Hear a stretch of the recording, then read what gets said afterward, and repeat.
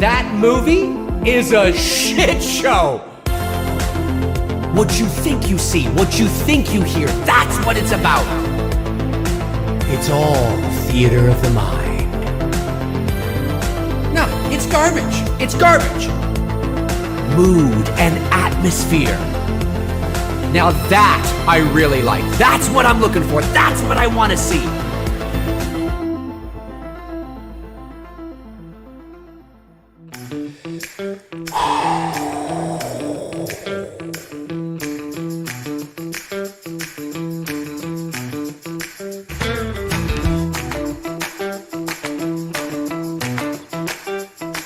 You know that music. You know that music. It is Sunday, June the 4th, 2023, 1:08 p.m. Eastern Standard Time. Let's keep it going. Yeah. Ooh, can you feel it, ladies and gentlemen? Summer is here. Yes, indeed. How is your Sunday going, everybody? Hope you're having a great day.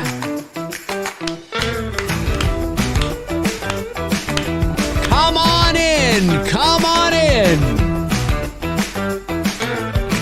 One more time. Bamba jeem, bamba boom, bamba boom, ba boom, wow, wow, wow, wow, wow, wow. There's people flooding in right now from outside in the hall. Come on in, ladies and gentlemen. Get your fucking asses in here. Take a seat. Eat your cheesies.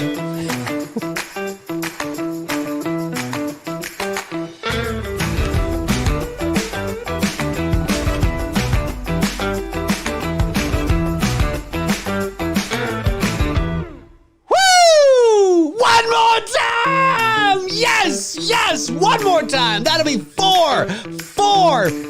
I don't even know what the record is. I'm not entirely sure what the record is. Sunday Fun Day. Get your asses in here, ladies and gentlemen. It's time to get in here and rock this. The days are ticking down.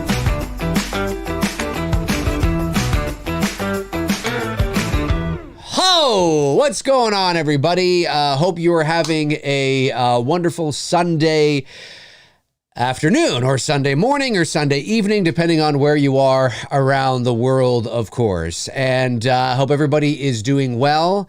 And I am back. I am back here to hang out with you guys for a little while, answer any questions you may have, and Billy Watch. It is Billy Watch, Billy Watch. We are, it's very exciting, of course. We had another setback. Unfortunately, we did cross 75K yesterday, and then unfortunately had a few refunds this morning. Again, I stress, very important. If you are purchasing perks and you have to refund a few hours later, I'm not saying that something didn't come up. It's entirely possible. There are a variety of reasons why somebody may feel the need to refund. Something has happened and they need money. Perhaps they are refunding because they want to get a bigger perk. That can happen too. But because I am not privy to that information and nobody tells me, unless they reach out to me and tell me, I will stress this again. Do not donate to the campaign if you cannot afford to do so. I do not want your money. And the reason why I say that is because it's completely pointless if you help the campaign, but then a day later or 8 hours later or a week later, you suddenly find yourself having to refund. Now, of course, if there's a legitimate reason why, right? Oh my God, something's really happening. Totally get it. We've all been there. But if you are in a position, I'm speaking to those who are in a position where you really can't, you want to, right? You really want to, your heart's in the right place. You really want to, but you're not kind of really, don't do it. Don't do it. Because it's pointless if you do it and then a day later or a week later, whatever it is, you're like, oh my God, I have to pay my phone bill, so I need to go back to the campaign and get my money back. We cannot have that happen here. It is vitally important that everything that comes in stays in the campaign. It's really, really important. Now, again, I do have a heart, I do have a heart. I do understand that shit does happen. It absolutely does. But I'm just, again, stating that, okay, because we have had over the last couple of weeks, people donate and then not even 24 hours later refund. So I don't know why, but we can't be having that. We just can't, guys. We need to hold on to this. So your heart might be in the right place, but if you really can't do it, or if you're like, you know what, I really want that thing, then go get that thing. Go get that thing. Right? I want everybody who picks up a perk or who donates to the campaign to leave it there, barring any sort of massive emergency, of course, like a, coronary fucking, I need to have, quadruple bypass. I get it. I totally get it. But let's see if we can do that, because it hurts the campaign, guys. I'm just going to be honest with you. It hurts the campaign. And it's nothing personal. You got to do what you got to do. And I have to do what I have to do. So let's do what we have to do. And instead of trying to, do you know what I mean? It's very important. It's very important. So do your best. If you're somebody that gets caught up in the excitement of this and all that, I appreciate that. But please, please, please, please do not donate or pick up a perk unless you know you are in a position to do so, where you will not be coming back to the campaign the next day to having to refund. Again, I understand shit happens, but it's happened a few times over the last little while, and we need to hold on to this, guys. We really, really do. So I appreciate your love. I appreciate your support. I appreciate your willingness to help. I really do. I really, really do. But you know what? If you need the money, you need the money, and your family comes first, man. It's just the way it is. Just the way it is. We'll make it up. Don't worry about it. We'll make it up. And maybe, you know what? Maybe if this thing gets into demand in a couple of months, maybe you'll be in a position where you'll be able to do it, right? But let's not. There's no sense in depleting your funds just to get your name read out, and I'm not saying that's why people are doing that. I'm just saying that, I'm trying to cover all my bases here, right? Or, you want to help out, you want to do that. That's great. But what's the point if you're going to have to take it back, right? So it's very important that everything that comes in stays within the campaign. It's very, very important. And if you can't afford to donate, you can help in other ways. You can share the link. You can talk about it on social media. You can share it with your brother or your sister who you know is a big horror fan or something, right? There's other ways to help, but it's very, very important. So again, I just want to get that out of the way and say that because, it is, when you are in crunch mode now with, just over 3 weeks left and you cross the 75K mark only to have it... it's like, guys, let's keep on track here. Let's keep on track. Okay. All right. Let's check in actually and see where we are. And by the way, again, like I said, I recognize that there's a lot of Billy talk here on the channel as of late. Again, for those of you that maybe are tuning in for the first time hearing me say this, I understand that. We are in a major crowdfunding campaign, obviously, trying to shoot, a movie, trying to raise funds for a movie. So there is a lot of Billy talk. So I'm trying to kill a couple of birds with one stone. So I'm trying to do, a Q&A where we talk movies and horror, but also do, the campaign and the Billy Watch. It'll be like this through the rest of June as well. Until the campaign comes to a close on June 30th. So I anticipate we will get back to a more of a regular schedule over the summer. But just so you know, yes, it is a lot of Billy talk at the moment, but there's a lot of funds we got to make up, right? So, but anyway, yeah, feel free to send in the super chats or ask the questions or whatever the case is. Let's check the other screen and see where we are at as of right now. Now, we were at 75,200 and something yesterday.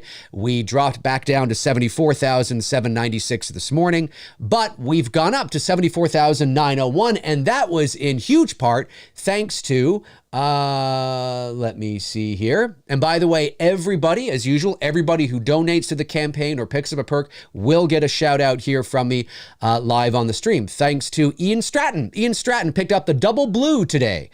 So he will be getting chapters 1 and 2. And Ian is from the United Kingdom.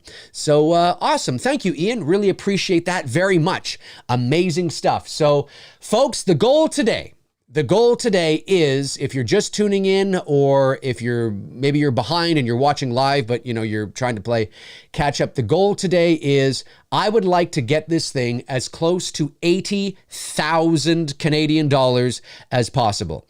It is, dare I say, crunch time now. I know we have 27 days left there. You see that 27, but that's going to turn over to 26 at 4 p.m. Eastern Standard Time, entirely possible while we're doing the show, if we go that long. So you can see the time is ticking down, and we still have $45,000 to go. So let's keep it going. Spread that word, share it, get it out there. It's so important that we do our best to get as close to 80,000 today as we possibly can. That would be great. It would be great if we reached 80, but I would settle for 78, 79. I would be okay with that, but you never know. We'll be on here for a while and we'll see what happens. Maybe a couple of people will buy an associate producer perk or a co-producer perk. Only do it if you can, please. But maybe that'll happen. Or maybe we'll start selling bombs. We'll start selling a ton of Blu-rays. That would be great too. You never know, folks. You never know. So the link is pinned to the top of the chat room. If you'd like to help out, every little bit helps. Whether it's $1, $5, $10, $100, does not matter, ladies and gentlemen. We've got to get this rolling. Chester Franklin Jr. says, Dave, besides Back to the Future movies, what other Michael J. Fox movies do you like? Oh, I like Teen Wolf. I like The Secret of My Success. Doc Hollywood. There's lots of them that are pretty good, I even liked his role. It wasn't, he wasn't the lead in it, but I liked his character in The American President with Michael Douglas. I thought that was a very good movie. I like that movie a lot, actually. So, yeah, there's a few there. Brandon Jackson sends in $2. Thank you, Brandon. Says, cool shirt. What do you like about Blade Runner? I just like the movie. I mean, I like the story. I like the ambiguity of it. The message at the very end. You got to kind of have to read between the lines to realize that Deckard is not a replicant, even though I know that, things have been retconned a little bit. But I don't believe he was. It's just a very moody, I just love the feel. I love the soundtrack. I love the cinematography. It's just I wouldn't say it's a favorite of mine, but certainly it's one I'll pop in every now and then that I really appreciate. So I appreciate the story. I appreciate the cinematography, the soundtrack, just the way everything kind of feels, this dystopian sort of future. It's cool. Of course, now I guess it's the past, but, yeah. Richie Rich says, Dave, do you watch indoor lacrosse? The Buffalo Bandits won the championship. I do not. No, I do not. I have never watched a lacrosse. I know what you're talking about, but I've never watched a lacrosse game in my life. I've seen bits and pieces of it, obviously, but I've never actually watched a lacrosse game. Jigsaw 44 says, if it reaches 80, Dave will dance like Biggie. Yes. If it reaches 80 today, folks, I'm gonna dance like nobody's watching, ladies and gentlemen, like nobody's watching. Hey, we've gone up. Fantastic. 74,941. Amazing. Who was this? We're knocking on 75. Let's get over 75 and let's start moving towards 80K, folks. We got Austin. Is it Persian? Perijan? It seems like it might be French, but I might be wrong on that. Just donated $40. Thank you very much, Austin. Really appreciate that, man. Thank you. That means a lot. And as you can see, right? Every little bit helps. Every little bit helps, right? Ticking away. Every little bit helps. Pretty cool stuff. So, really appreciate it. Really appreciate it. The math is easy on these things, right? When you think about it, it can really, it can be easy. It can be easy. You know what I mean? It really can. It's not as difficult as some people think. Like, for example, right? So again, I'm speaking in a general sense here, because obviously I don't know what everybody's financial situation is, but there's 101 people, or there's about 100 people right now watching, right? So if everybody watching right now all went over to the campaign and donated $20, that would be an extra $2,000 that we would raise, right? Because 100 times 20 is 2,000. So that would bring us from 74,941 to 76,941, almost knocking on 77,000. Now we're only 3,000 away from 80 grand, right? So when you think about it, it's like, yeah, it really is. It's not that difficult. It's just getting a lot of people to buy into it, to contribute, to come in low, right? To come in low. And so that's all it takes. That's all it takes. So yeah, you know, but it's crunch time now. Like, you know, I consider this, you know, because of how far we have to go, and because of how much we still have to make up, and because there's about a month left, 27 days. Again, that'll change over to 26 days. But, you know, 3.5 weeks or so left. It's crunch time. You know, we got to keep at it. We got to keep at it, right? And we've done very well. And again, I know that I have said, or I just want to say again, thank you to each and every one of you who have donated so far, who haven't donated yet, but will donate. That's awesome. Can't wait. Really appreciate it. Like the fact that we're sitting on basically 75,000 right now with 27 days to go is amazing. And it's all because of you. But as you can see, I'm here several times a week trying to keep this thing going, because we really want to cross that finish line, folks. We really, really do. And we don't want to leave it to the 11th hour to necessarily do it either, right? We want to be able to do it comfortably, safely, you know what I mean? But yeah, awesome stuff. If you think about it, it's pretty easy. 100 people, $20, $2,000, like that. But I do understand that not everybody can afford that. And I do understand that not everybody wants to do that. Because I do understand not everybody gives a shit about what this is. But I'm just saying, if you like me, maybe you might think about it. You never know.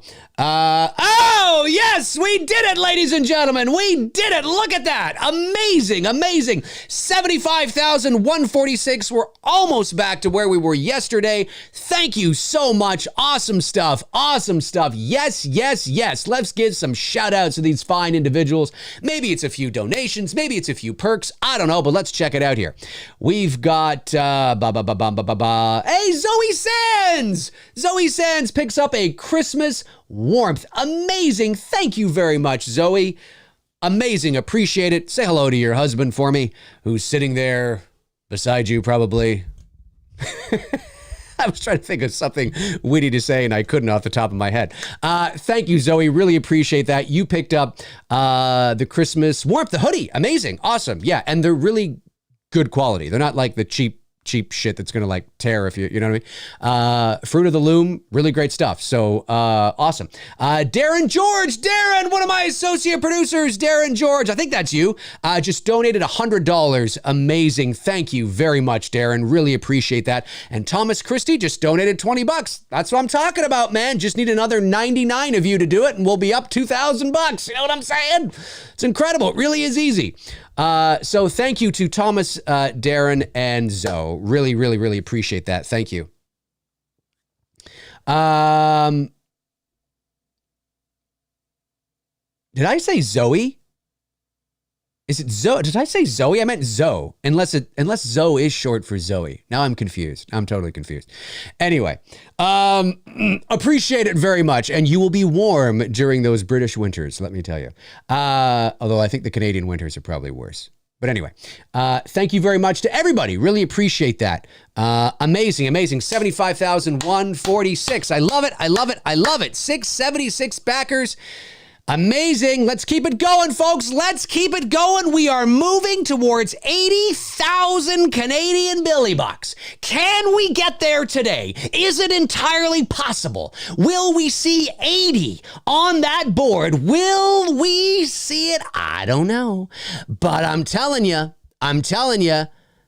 Let's make it happen, folks. Let's show them how it's done. Let's show Hollywood how it's done. You know what I'm saying? Super chat comes in from Salwayne's Night. Sends in $5. Says, I got to spend the day yesterday where they filmed the first Friday the 13th. I highly recommend it for Friday the 13th fans. Amazing. That's in New Jersey. And I've never been there, but I know whereabouts it is. And I know every summer they do...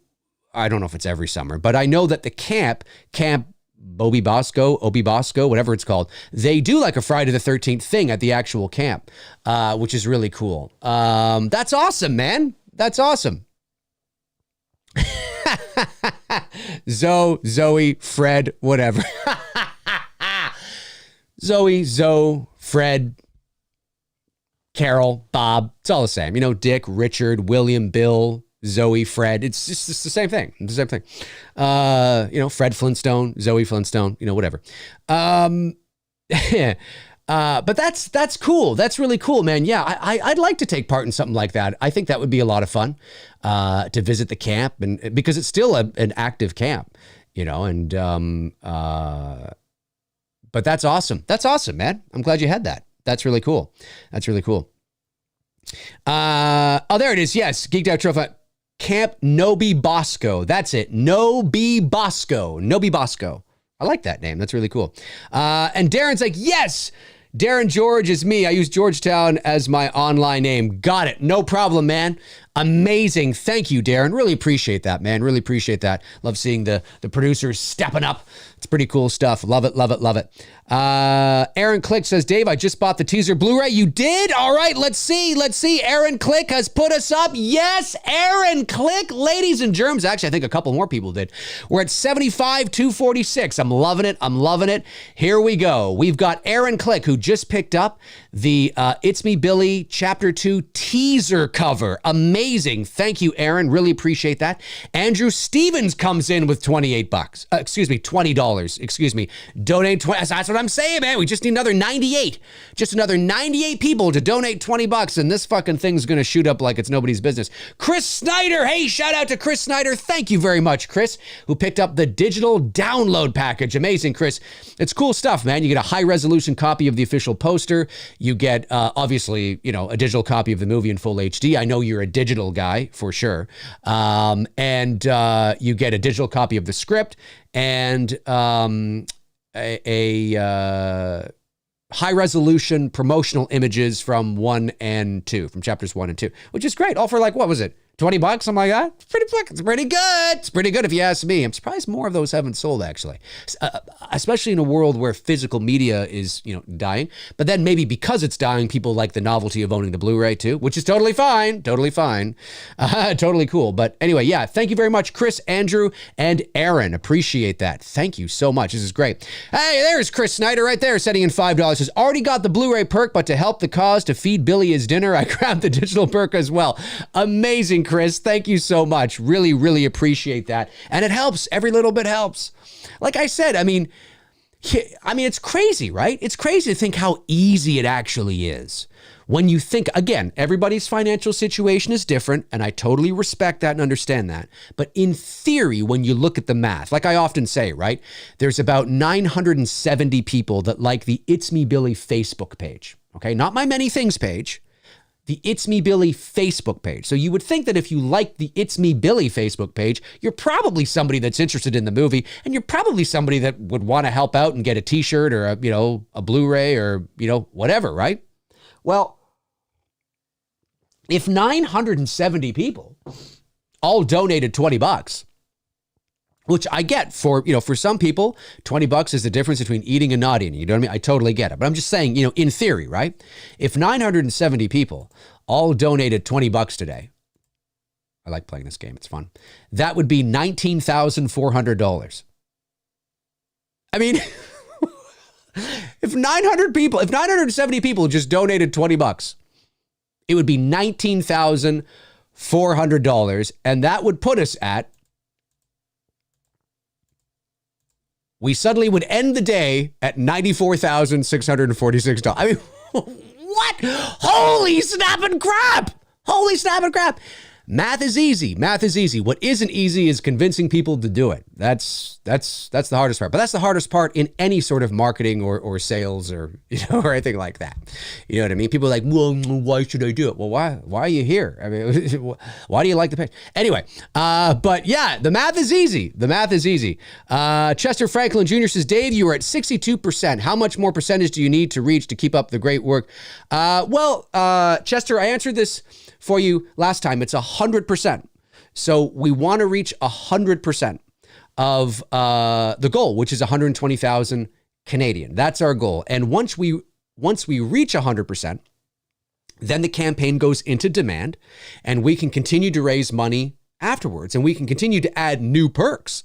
There's certain perks we haven't added yet because there's specific reasons why we haven't added them yet, but there's some really cool perks that may get added if this thing goes into demand, because then, we can actually do it. So that's the goal. And with 27 days left, almost 26, like I said, that's going to change over to 26 very soon. We want to just keep this trend going. Look, I mean, will we get to 80,000 today? Maybe it might take somebody coming in, dropping a bomb or two. I don't know.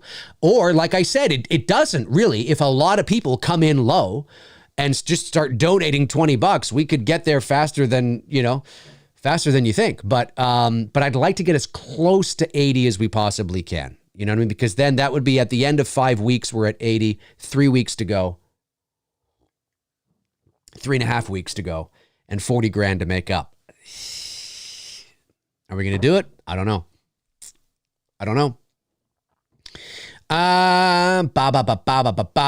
Let me see here. Darren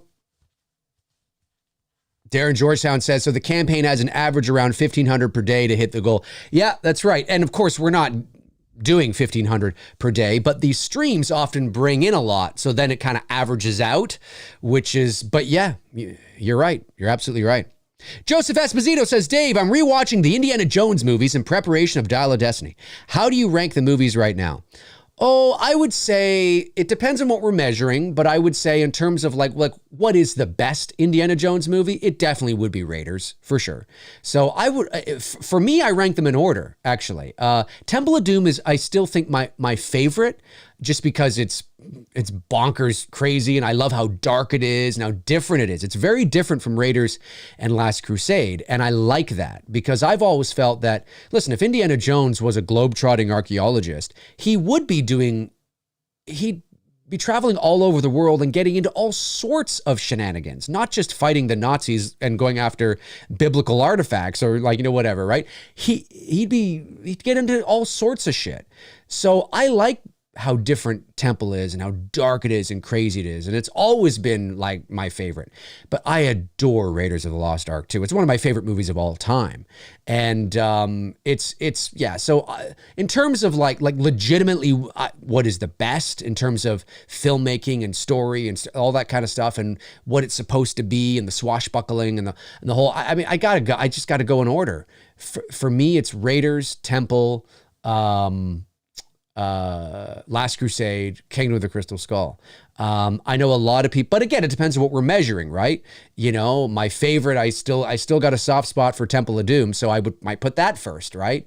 Last Crusade, I do like Last Crusade. I do. I really like Last Crusade, especially the ending and the message about how it's not really about the Holy Grail. It's about the relationship and rediscovering each other. And that's such a great, powerful message. And then of course, them riding off into the sunset and all that kind of stuff. It's fantastic, right? But for whatever reason, I just don't like Last Crusade as much as I like the other two, the first two. And then Skull would be fourth, obviously. And then we'll see where Dial of Destiny fits after I've seen it. So I don't know. We'll see.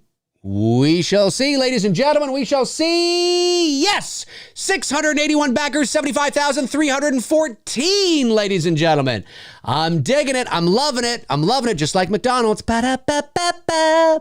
We've got, okay, so hang on a sec. We've got Brandon Lines, is that how you say that? Donated $20. Thank you, Brandon. Appreciate that. Austin, again, Perijan. I want to get that last name, but you know who you are. Donated $20. Amazing. That's great. Now, there is a contributor who picked up the end credits perk. I just want to let you know, so you know, full transparency. The transaction's currently paused at the moment. It's in queue. Now that could be because of the bank you're with, and maybe your bank is like, it's being like, what's this? This is interesting. Now, more often than not, we leave it like this. There's no sense to call your bank yet. We leave it like this for a bit, and in the next little bit, I'll check to see if it's still paused, and usually it just goes through. You know what I mean? It just will go through. But I just want to let you know that it's been paused at the moment, and that could be your bank or Indiegogo trying to make sure that everything's cool and okay. Just to let you know, if it does cancel, I'll probably get notified of it. And you'll probably get notified of it, and then you got to try again or something like that. So I just want to let you know. But whoever you are, thank you very much. And we'll keep our fingers crossed that this goes through without any issues. But I have seen that before, and it usually resolves itself, which it did. It did resolve itself. And it was Arthur Vega. Amazing. Arthur Vega, thank you so much. There you are. It did resolve itself. Just right now, it resolved itself. Amazing. See? Awesome stuff. Thank you. And Marley Kiko just donated $27. Really appreciate that. Thank you, Marley. Really appreciate that very much. We're now at 75,328, is it? I guess that's where we are. 75,328, folks. It's all it takes. It's all it takes. It's all it takes, ladies and gentlemen. It doesn't take much. It doesn't take much. Let's keep this train going. 115 people watching. For those of you that haven't donated, I'm telling you, if we get everybody who's watching right now to donate $20, this thing would go up. I mean, Jesus. I mean, yeah, it would go up really quickly. Really, really fast. I'm just saying. Let me see here.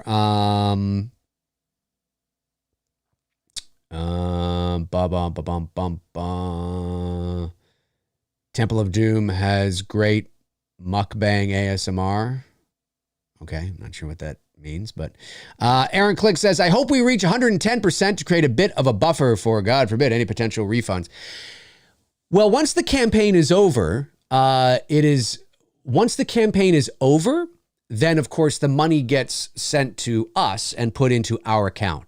And then it is up to the sole discretion of the campaigner if they want to give any refunds. So right now, because we actually don't have the money, Indiegogo has the money. They always allow room for refunds when the campaign is live. But once the campaign is over, then it's up to us. So, yeah, it's just very important that people don't donate unless they can. And when I say donate, I mean like donate or, pick up a perk, contribute unless they can. We cannot have people refunding. I know there's lots of people that want to help. But if you have to think about it, if you have to go, don't do it. Don't do it. Don't do it. Everybody who donates or contributes should be able to not even think about it because you know that you're not maxed out anywhere. You know that, you're fine, right? We can't have anybody donating who is just a week later going to refund it all because then it's pointless and it ruins our momentum and it hurts the campaign. It really does. So the best thing you can do is not do that. So yeah. But we appreciate everybody who shares it as well and talks about it on social media, which is great. Arthur Vega sends in a $10 super sticker. Thank you, Arthur. Appreciate that. There's Marley Kiko, sends in almost €2.50 and says, hi, Dave. I enjoy your lives very much. Hugs from France. I believe that's from France. FR, is that correct? Let me see. I get that right? I think I got that right. think you're in France, but maybe I'm wrong. But thank you, Marley. Appreciate that. Oh, yes, because I think France, I think they use the euro, don't they? Appreciate it very much. Joseph Esposito sends in $5, says, love you, Dave. Just donated for a second time. Incredible. Joseph Esposito coming in. Yes, he did. Amazing. He's bumping us up to $75,355, ladies and gentlemen. Just donated $20. That's what I'm talking about, man. This thing can go up. This thing could go up. It would be so great. Again, for those of you that are just tuning in, I want to get this thing as close to 80,000 as we possibly can. It's very, very important. Every single person that donates to the campaign or picks up a perk to the campaign will get a shout out from me here today, for sure. Ryan Oshlow, or Olshow, am I saying that right? Says, Dave, do you think that Allison will have Corey's kid that becomes the new Michael when and if they decide to make a new Halloween movie as next generation type of thing in the near future? No, I do not. Because I think that whatever they do with Halloween, it will not be from this storyline. Now, it's entirely possible, right? Anything's possible, but I don't think that's what they're going to do at all. I think, I don't know what Malik wants to do with Halloween. I really don't know. I've often speculated that maybe he's sitting, waiting to see how the Crystal Lake series does. And maybe he wants to do something with Season of the Witch and, do something that way. And maybe, yeah, I don't know, because you could certainly do something with Halloween, as a series, and maybe he's waiting to see how the Crystal Lake series does. Excuse me. So I don't know. I don't know what he's going to do. But do I think that the next Halloween movie they make is going to be a direct sequel to Halloween Ends? No, I don't. I think that's over. It's done. It's totally done. It's over. I don't think there's going to be any Corey birth and, all of a sudden the evil essence was passed on through his semen into, no. I think that's just silly. I think when Michael Myers does return, I think you will get a remake. It'll be a remake. That's what I think. And we'll cross that bridge when it comes. I hope it doesn't happen for a while. I'm a little, Michael Myers out in terms of, in terms of just it's just, there's nowhere to go with him anymore. So I'm okay. I don't need a Michael Myers movie for a while. I've got the good movies, the bad movies, the ugly movies. I'm content. So, maybe I'll feel differently in 2028 when it's the 50th anniversary, and maybe they want to plan something for then. I don't know. But as of right now, I think just leave it alone and do something else. Maybe do the Charlie Bowles story, do Season of the Witch, do something else. And just let this, you don't want to, just kind of let it marinate for a while. But whatever they do, no, I don't think they're going to go back and do that. I really don't. I'd be shocked if they decided to do that. I just don't think there's enough there for it. You know what I mean? Just let it go. It's over. That trilogy's done. That story's done. Allison's done. It's over. Move on. Move on, as they say. It's time to move on. It's time to move on, ladies and gentlemen. Time to move on. Let me see here. Galford's dog says, Dave, I would like to donate my thoughts and prayers to the campaign. You're welcome. Well, appreciate that, but won't do much. Let me see. Geeked Out Turtle fan said, I was talking to Sebastian. Okay. Austin from Boston says, hey, Dave. Austin from Boston. I like that. Says, hey, Dave. I was wondering if Saturday's movie nights are exclusive to patrons only now, or if you quit doing them. No, they are only exclusive to patrons for now. So actually, that's a good segue into something that I've been thinking about doing. And so I am in the process of thinking about winding down my Patreon and essentially moving it over to YouTube membership.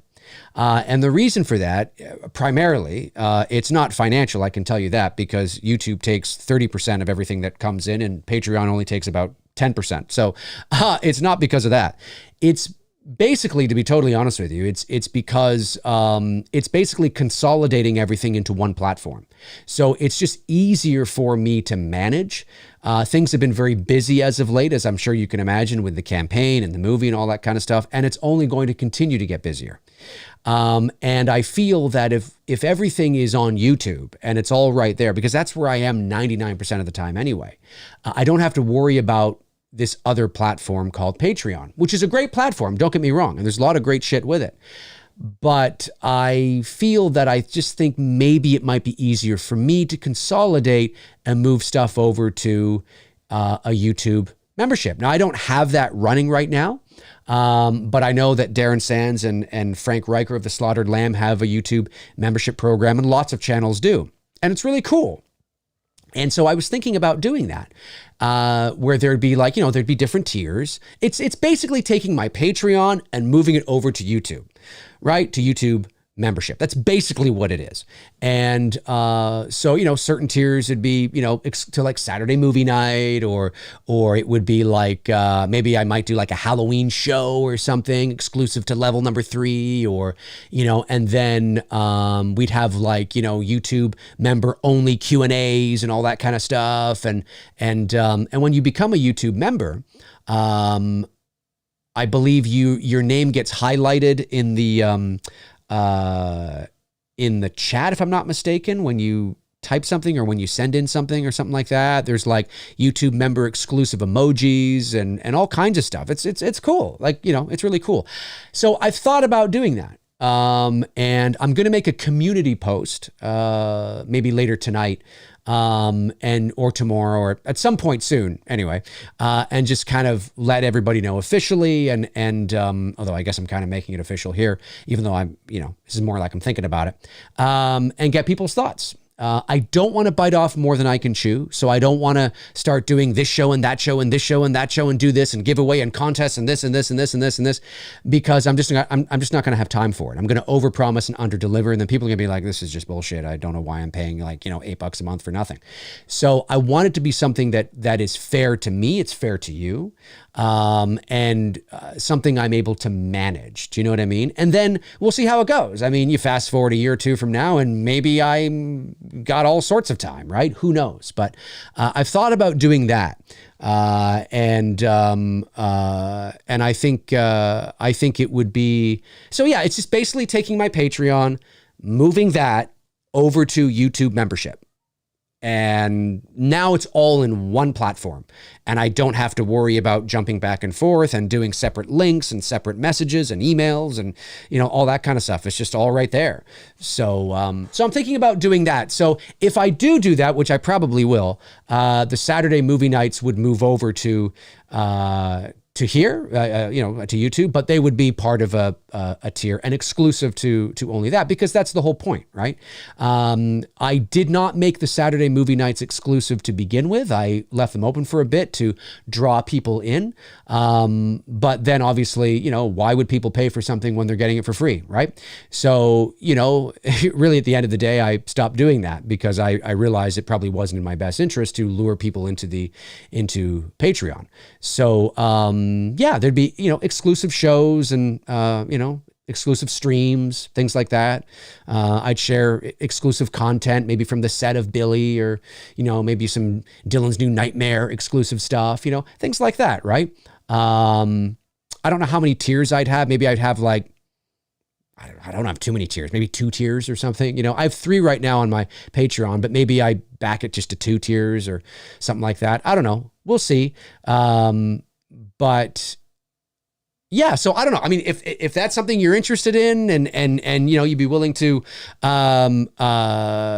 support the channel in that way, then maybe that's something that you want to be a part of. So but I'll let everybody know in the community section if I decide to do that.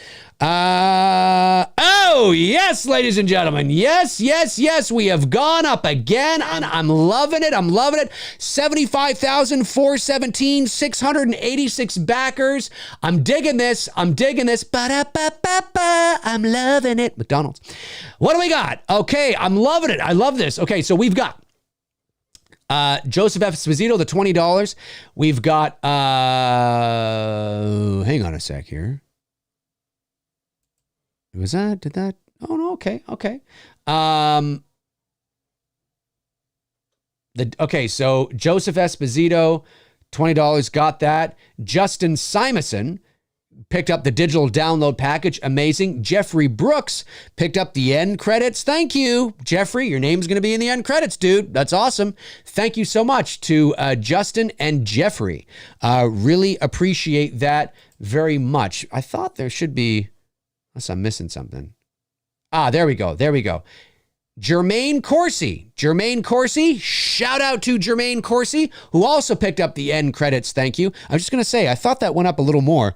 Appreciate that, Jermaine. Thank you so much for doing that. I'm digging it. I'm loving it. That's what I'm talking about, right? Doesn't take much, does it? It really doesn't. Like, it's just, these campaigns are won in the trenches. Like, yes, every now and then you're going to have somebody, because we've had them, that has deeper pockets, got a bonus at work, or, cashed they know a rich uncle, who knows, right? Have got the lead. Listen, Dave, you know what, buddy? I love you, man. I can do this. I'm going to come in. I'm going to become a producer, and they come in and they're an associate producer or they're a co-producer and they're like, you know what, I'm going to do it. And that's great, right? And we never want, that's amazing. But these campaigns are won really in the trenches with a lot of people coming in low. And when lots of people come in low, it really adds up. And as you can see, right, it's ticking. And these are just from like $14 and $20 and $28 and $27 and $14 and $20. And you can see how it begins to add up, right? We started the day at 74,901 or something like that. You know what I'm saying? So it really does. It's just a lot of people need to come out and do it. And I would appreciate it very much. But again, maybe you want to pick up a perk as well, and that's okay too. But very cool, man. Thank you very much. Really appreciate people stepping up like that. 75,431. Can we get to 76? Can we get to 76? That would mean we're only 4,000 away from 80,000. Now, some of you that might be tuning in for the first time, or maybe it's the first time you're tuning in for a while, or maybe you forget. Now, I'm also not under any delusions, okay? But 2 weeks ago today, we raised $11,500 in one stream for the campaign. Now, to be fair, there were a couple of producer perks that went that day, but still, even with the producer perks that went, okay, we still raised about $5,000 or $6,000 outside of that. Incredible stuff. Now, again, I'm not under any delusions thinking that every stream has to be that way. Every stream can possibly be that way. But it's just a reminder that, you know what? It can be done. It can be done, right? It's crazy, but it can be done. But yeah. Amazing stuff. Thank you so much, everybody who is continuing to donate, picking up those perks. Tell your friends, tell your family. Let's keep this thing going. Like I said, I'd love to get us close to 80 today, but let's take it in baby steps. Let's get to 76. Let's get to 76, folks.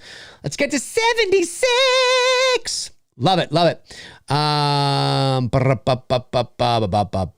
me see here. Awoken Nightmare says, we need, and it's me, Billy, Bomb Squad to start dropping on the campaign and skyrocket the momentum. Yeah, you know what? Sometimes those bombs happen.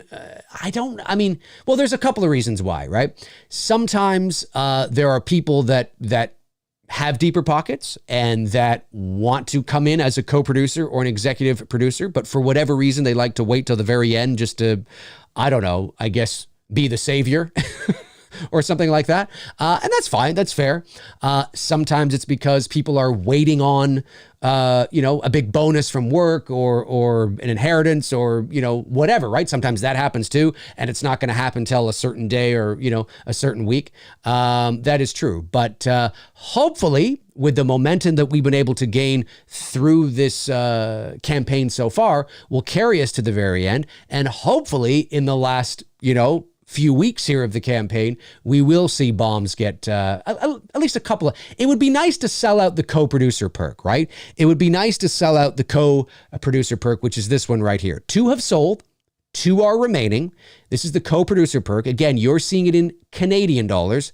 It's cheaper in American, but you get everything that the associate producer has, plus a few more things, including the Halloween Kills flashback mask by Jimmy Falco, one of the top independent Halloween Michael Myers mask makers in the space. So really cool. I mean, that's pretty hot if you ask me. 2 co-producer perks have sold. It would be great to sell another 2. That would be great to sell. And the associate producer perks too would be great to finish off. Excuse me here, guys. Sorry about this.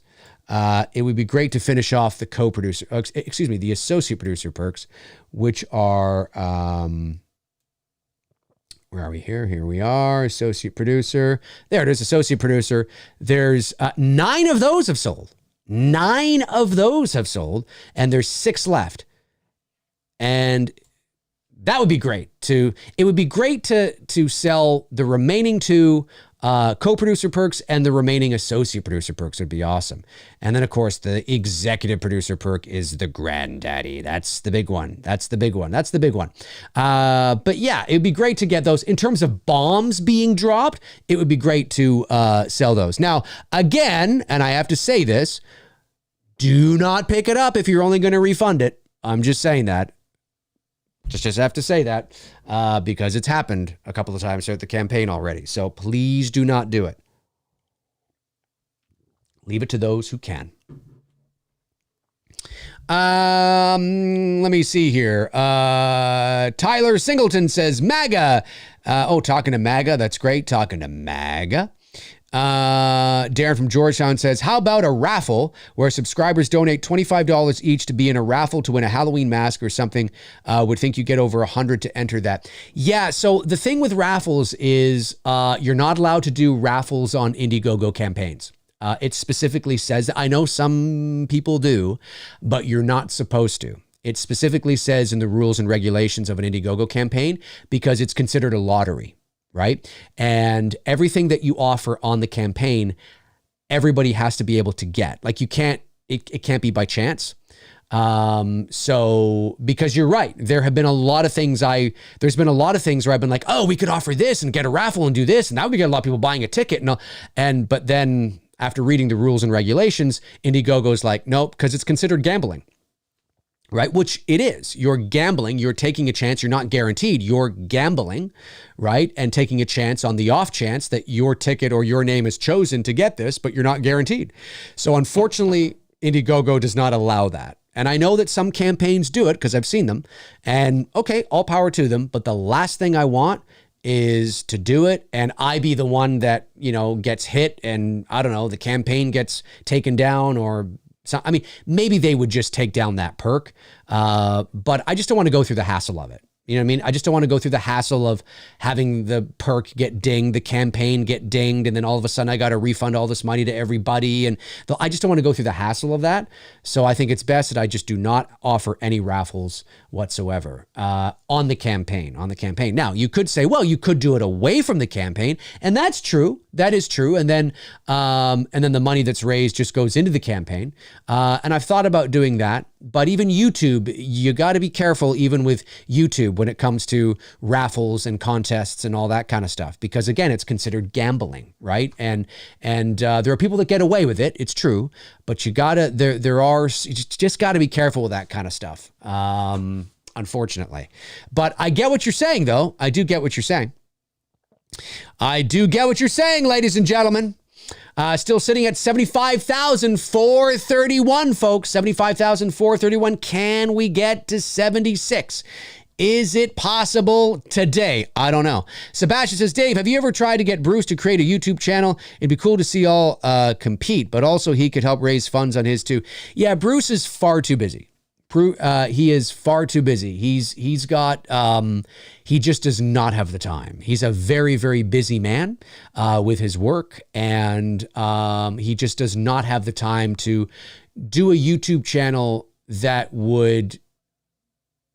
where he could commit a certain level of consistency to it. Now, maybe at some point, but we've talked about it. And Bruce is we've talked about doing a show together on my channel. And I asked him right out, I said, well, how much would you be able to commit? And he was like, probably maybe like once a month or something, or maybe twice a month. You know what I'm saying? So if that's like his level of commitment, he's not going to succeed in a YouTube channel because you have to upload regular content like several times a week, right? Or at least once a week. And he just wouldn't be able to do it. Not because he doesn't find it interesting or think it would be great and cool, but he's very busy, right? Works in the film industry, very, very, very busy. So he just doesn't have the time. But I do have the time. And that's why we are leveraging my ability and my strengths, where I do have the channel and the following to be able to, do the best we can to get this movie made. But he'll come on the channel, of course, like he was on my birthday, and he'll come on again for sure. Absolutely, he will, 100%. Oh, yeah, no, he loves you guys. But he's just a very busy dude. Very busy dude. And the last thing he wants to do when he gets home from work is do a YouTube channel. I mean, creatively, he'd love to do it. I just mean because everything's so, and he's got a family as well. He's got 2 teenage girls, 2 teenage boys, a wife, it's a lot. It's a lot. Actually, his oldest isn't a teenager anymore. His oldest is 22, I believe. But anyway. Steve McCoy says, have you considered starting a GoFundMe and using that money towards the movie budget?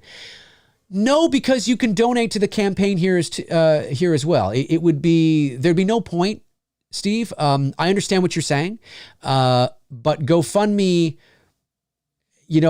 you can donate to the campaign as well, right? So that's a reminder again, you don't have to pick up perks. If you already have your Blu-ray, or maybe you don't want a Blu-ray, you don't want anything from this movie at all, but you want to support the film and me in the campaign, you can just send money, you can donate. So, you can just do that here and it just goes right into the campaign and I don't have to take it and then put it over to the campaign. It's just sort of like let's consolidate and keep it all here. Right? You can pick up a perk, a Blu-ray, a t-shirt, or just donate. So, if there was no donation option on Indiegogo, maybe that might be something, that we could think about doing. But because there is a donation option, I think it just kind of defeats the purpose then, right? People just, why are you donating to a GoFundMe when you can just donate to the campaign, right? So,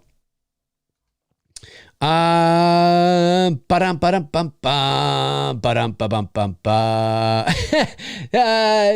Rider Guy says, I thought Bruce was gay, not saying it in a bad thing. No, Bruce, no. Bruce has been, he's got 4 kids, happily married. Yeah, no, he is definitely not gay. Let me see here. Scrolling back. Let me see. We're still at 687, 75, 431. Let's see if we can get those up, folks. Got to get that up. Got to get it up, ladies and gentlemen. Let me scroll back. Have I missed any super chats at all? I don't know if I have, but have I missed any super chats? Brandon Jackson sends in $2. Here's one. Says, did you watch You Can't Do That on Television? I did, Brandon. Yes, I did. I remember that show. Yes, I did. I did watch You Can't Do That on Television with the slime and everything. And yes, I did. I believe it was shot in Montreal, if I'm not mistaken. I believe it was shot in Montreal. If I'm not mistaken, I think it was Montreal. Let me just check here. I want to make sure I'm not missing any super chats. Yes, and Brandon was the last one. Okay, great. Great. Let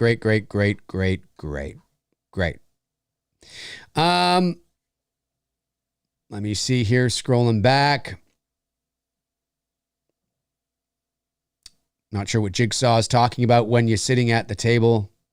I don't know. You must be talking about somebody else. Scrolling back. Chester Franklin Jr. says, Dave, here's a fun fact. C.J. Graham, who played Jason for Part 6, was supposed to reprise his role in Part 7. I remember that. But Kane Hodder and John Carl, who was the director of Part 7, was working together. Yes. I remember hearing something about that. Yes, I do. I diddly do. Sebastian says, Dave, if not, it's me, Billy. What would have been another horror franchise you would have made a movie about? Probably nothing. I didn't want to tackle Halloween because Halloween fan films there's 2 reasons why. Halloween fan films are just completely saturated. Everybody and their uncle is doing a Halloween fan film, number one. Number two is I knew that if we were going to do, I knew that in terms of production value that we were going to deliver on, Malik Akkad would have shut us down like that, especially, in the mix of the new David Gordon Green Halloween trilogy, because, our film would have looked just as professional as their film. So I knew that he wouldn't have stood for that. Malik Akkad is not afraid to shut people down. He's done it before. So for those two reasons, I just had no interest. Elm Street, I'm already involved in that. I'm playing Freddy and Cecil and all that. Vince has got the Friday the 13th thing locked up, and I just had no interest in. I chose Black Christmas because it wasn't the low-hanging fruit. It was a challenge. It's a Canadian movie shot in Toronto. We're Canadian, based in Toronto, so who better to do it, right? Now the movie, it doesn't really tell you where it takes place, but it does give you the impression that it is it's somewhere in the States, right? But it is a Canadian film, and we thought, yeah, let's do it. But we knew it was going to be a struggle. I mean, we knew that, Black Christmas isn't exactly Friday the 13th, and people aren't coming out of the woodwork, to support it, right? I mean, a Friday the 13th fan film, a Halloween fan film, they make, money, or they can raise money in their sleep because of the subject matter. I mean, there's Halloween fan films online that look like they were shot on some VHS cam from 1986 that have like 500,000 views. You know what I'm saying? It's just the subject matter. It's the content, right? People love Halloween and Michael Myers, but we just didn't want to touch it. We didn't want to have anything to do with it. We wanted to do something different. So I don't think it would have been. I think it probably just would have been something original, which is what we're going to do after this. It's Me, Billy will be the last fan film I do. I just have no interest in doing any more. I want to be, these fan films are great because we're shooting them professionally. They're professional productions from top to bottom. Again, we have to put the fan film label on it because we don't own, the intellectual property, obviously, but they are professional, indie shorts, right? And so, and because of that, we can use them as calling cards, right? And Chapter 1 even opened a door for us in that regard. So, so the next thing we do, we want it to be original in terms of something that we own, that kind of thing, because it allows us to then seek, we don't have to solely rely on crowdfunding. So I don't have to be here on my channel going, come on, everybody, come on. You know what I'm saying? Right? We can seek funding from elsewhere. And hopefully we can actually make money from it, because Bruce and I can't make money from this. For those of you that may not know, you can raise money to make the movie, but Bruce and I make zero. Literally zero. That's not hyperbole. I'm not saying zero, but it's actually only, a few $100. No. It's zero. Legally, we're not allowed to. So this really is for the love of the game. It's for the art. It's for the passion. We don't make anything from this. But obviously, if you want to see if you can have any sort of career out of it, you can't live in a world of fan films for the rest of your life. You have to go off and do original stuff. And so that's what we're going to do. Now, again, because Billy 1 and 2 are, totally professional in terms of production value from top to bottom, with actors and professional, it has this, this look and this feel that it's legit, right? Because it is. It crosses the threshold of the stigma of a fan film. But again, we have to put that label on it because we can't make money off it. We can't, no matter how great Part 1 was or how great Part 2 will be, whatever the case is, we cannot seek commercial distribution. We cannot call up, Amazon and say, hey, can we throw this out? Can't do it. Unless the rights holders were to come forward and say, we love what you've done here, let's package it and release it. That's a different story. But until that happens, and it may never happen, it will have to live in the world of fan films and that's it. So, so yeah, I know this is a long-winded, response, but yeah, we are interested after this is done, having this nice calling card of Chapter 1 and 2, a nice portfolio piece, and using that to hopefully propel us to the next level. You know what I mean? And yeah, so There will be no other fan film. Now, that doesn't mean that I won't continue to play Freddy in like a sequel to Dylan's New Nightmare or, sure. But in terms of me writing, directing, and producing another fan film, no, I'm done.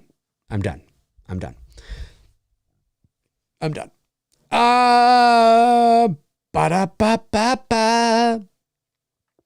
McDonald's, I'm loving it. Love it. It's gone up, ladies and gentlemen. I'm digging it. We are just over $400 away from $76,000. I'm digging it. Again, everybody who donates to the campaign or picks up a perk today will get a shout out from me here on the channel. So we've got Evan Siren. Yes, Evan Siren comes in and picks up the Claire signed photo number 2. Amazing. Awesome. Thank you, Evan. Really appreciate that. And Troy Grubb Jr. just donated $10. Amazing, Troy. That's what it's all about, right? That's what it's all about. I mean, think about it. If 100 people donated $10, that's $1,000 right there. That's $1,000 right there. If everybody in the chat room, or everybody who's watching, I should say, if everybody right now who's watching just all donated $10, we'd be at $76,586. It's easy, man. We can do it. It's incredible stuff. Thank you, Troy. Thank you, Evan. Appreciate that very much. Nick Jenny sends in $4.99 and says, Dave, are you a fan of the original Mortal Kombat movie? Very cheesy, but still the best video game movie in my opinion. Also gotta love the techno. Yeah. Mortal Kombat. I have not seen that movie in probably since 90. When did it come out? 95, 96. I was never really big in the video game, Mortal Kombat. So when I watched the movie, I just was watching it for just like a martial arts action movie because all my friends were watching it. And I liked it enough. Of course, the soundtrack, yeah, the song is classic 90s shit, right? But yeah, I haven't watched it since the 90s. Like literally, I have not watched it in the 90s. I didn't watch the remake that came out because I just don't have a nostalgic attachment to it, like in the ways that a lot of people do. I mean, hell, I haven't even seen the Mario Brothers movie yet, and I love Super Mario Brothers. I used to play that all the time. I'll wait till it comes to streaming and then I'll watch it. It's not the Mario Brothers movie is not a movie I would go see in the theater anyway, but I will watch it though. But I do remember it. A fan? I'm not a fan, but I'm not like a fan. Yeah, Mortal Kombat. Geeked Out Turtle Fan says it's about the name rights owned by the guy who wrote and produced the film. Turtle Fan. You must be talking. I don't know who you're talking to. But anyway. Steve McCoy says, Dylan's New Nightmare is my most anticipated film of the summer. I have no doubt that you are great in it. Yeah, I'm very excited to have Dylan's New Nightmare out there. And Cecil and I are planning on doing a stream soon to talk about it, to talk about Mad Monster and the whole thing. It's just trying to coordinate schedules and things like that. But yeah, I'm looking forward to having it out there and for people to see it. And because there's so much that I have so much other shit I want to share from it as well, like behind the scenes photos and videos and all that kind of stuff that I want to share. So, but yeah, I mean, very excited to have it out there. It is premiering at Mad Monster in Arizona on July 7th, but that's not when I don't believe that's when it's going to air on YouTube. I think it'll premiere on YouTube for everybody else in August is what I'm hearing from Cecil, but Cecil and I will talk about it when we jump on here together, and he's the man. See, when it comes to Dylan's New Nightmare, he's the man. When it comes to It's Me, Billy, okay, I'm the man. I you know what I mean? But when it comes to, he's got all the info. I just kind of relay what he says. So, but we'll talk about it soon enough for sure. And yeah, I'm very excited to finally, have it out there. Because it's been a long time coming. Oh yes, we've gone up again, ladies and gentlemen, 75,779. I'm digging it. I'm loving it. Who was this? We are now knocking on 76,000. Got to keep this train going. We've got, hey, Josh Lott comes in and picks up an It's Me Billy 2 Blu-ray. He's going to have some extras. He's going to wrap them up as Christmas gifts, but amazing, dude. Really amazing. Really appreciate that. Also picked up the double blue. Amazing. Really appreciate that, man. And David, is it Thuin? Is that how you say that? David Thuin picked up the digital download package. Really awesome. So you get the official poster, like a high resolution copy. You get the movie in full HD. You get a digital copy of the script and promotional images from chapter 1 and 2. It's pretty cool. Thanks, David. Really appreciate that, man. Thank you. And on the Blu-rays, folks, on the Blu-rays, you get obviously a BTS featurette. The featurette on the chapter 1 Blu-ray is an hour long, so that's pretty cool. BTS behind the scenes making of featurette. You get the movie, of course. You get the director's commentary, trailers, teasers, all that juicy stuff. So the Blu-rays are really cool. Amazing. I'm loving it. We're knocking on 76. I'm digging it. Tyler Singleton says, Dave, would you rather encounter Art the Clown once at night or be chained to Dr. Loomis Halloween 5 version for the rest of your life? I think I would run in. I would rather have a run-in with Art the Clown. And then I would do my best to confuse him and run. I don't know. Does Art the Clown run? I guess he kind of does. I don't know.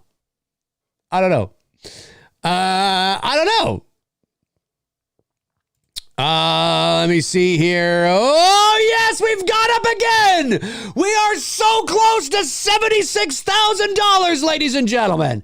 Who is this? What is happening? This is great. I want to get as close. It's Josh. It's Teresa. Teresa has donated $25, and Josh picks up the teaser cover. Josh, man, you're going hard into the paint. You're picking up this extra stuff. Josh is picking up stocking stuffers for Christmas. That's what he's doing. Or maybe you don't celebrate Christmas. Maybe, I don't know, it's Hanukkah or something. I don't know. But whatever it is, you're picking up stocking stuffers for the holidays. That's what this is. Josh is going to have a whole shelf on his wall. He's going to have all these Billy, all these Billy Blu-rays.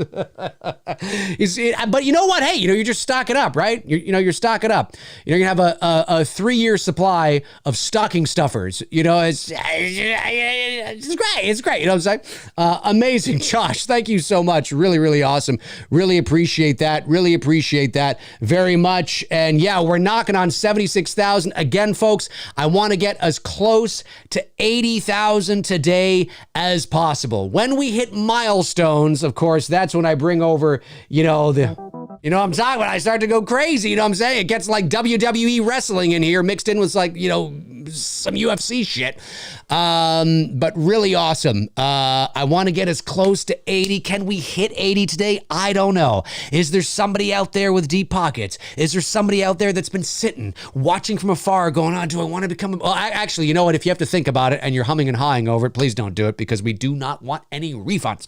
Everything that comes in has to come in. But maybe there's somebody out there that is watching now or watching after the fact that is like, you know what? I've been eyeing that co-producer perk. I want that Halloween Kills flashback mask, baby. Ooh, I want it. Maybe now is the time. I don't know. I have no idea what's going to happen.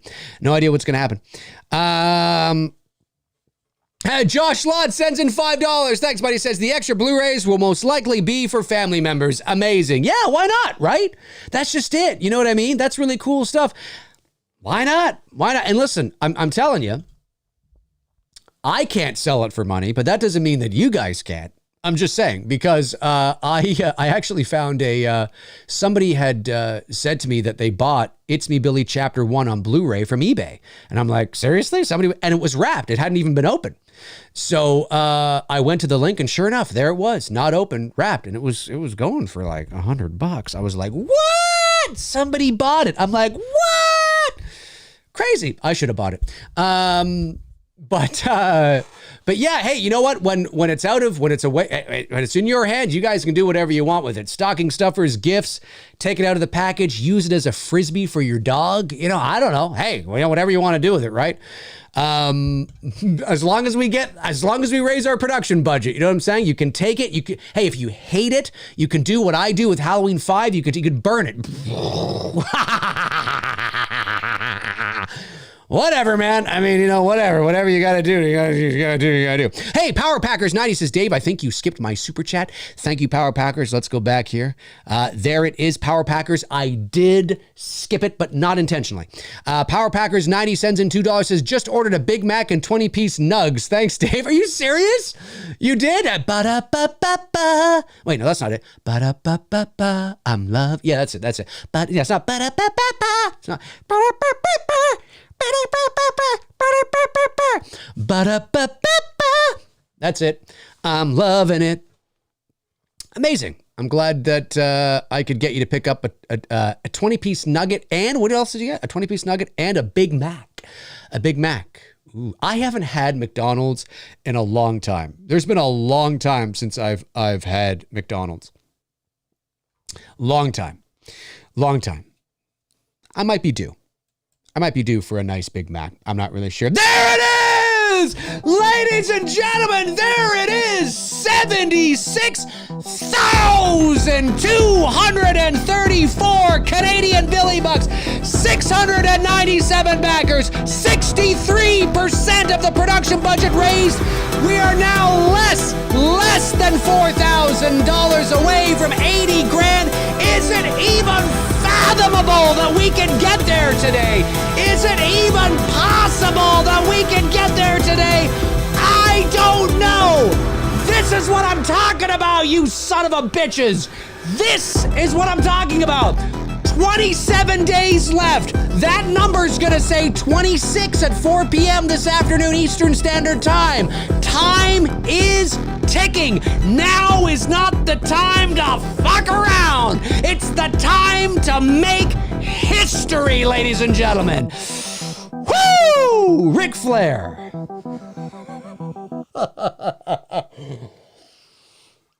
Love it. 76,234. I'm loving it. Let's see who it was. Ladies and gentlemen, we have got Chris Baber, one of my great mods. Chris Baber steps up and donates 40 Billy Bucks. Thank you very much, Chris Baber. PJ Wilson, my man, my fellow Torontonian, my fellow Canuck, donates 225 Billy Bucks. PJ, incredible. Thank you so much. Again, I mean, you've been such an incredible support thus far on the campaign, and it means the world, sincerely. Incredible to have PJ on board in any capacity right now, because he's committed, he's there, he's in on it. He's like, let's fucking do this. He's great. I love it. I love it, man. Thank you so much. Really appreciate it. And of course, Nick Jenny picks up the It's Me Billy 2 teaser cover. Yeah, that teaser cover is pretty cool, if I do say so myself. So that's awesome that you picked up the teaser cover. Thank you so much. Amazing. 76,234.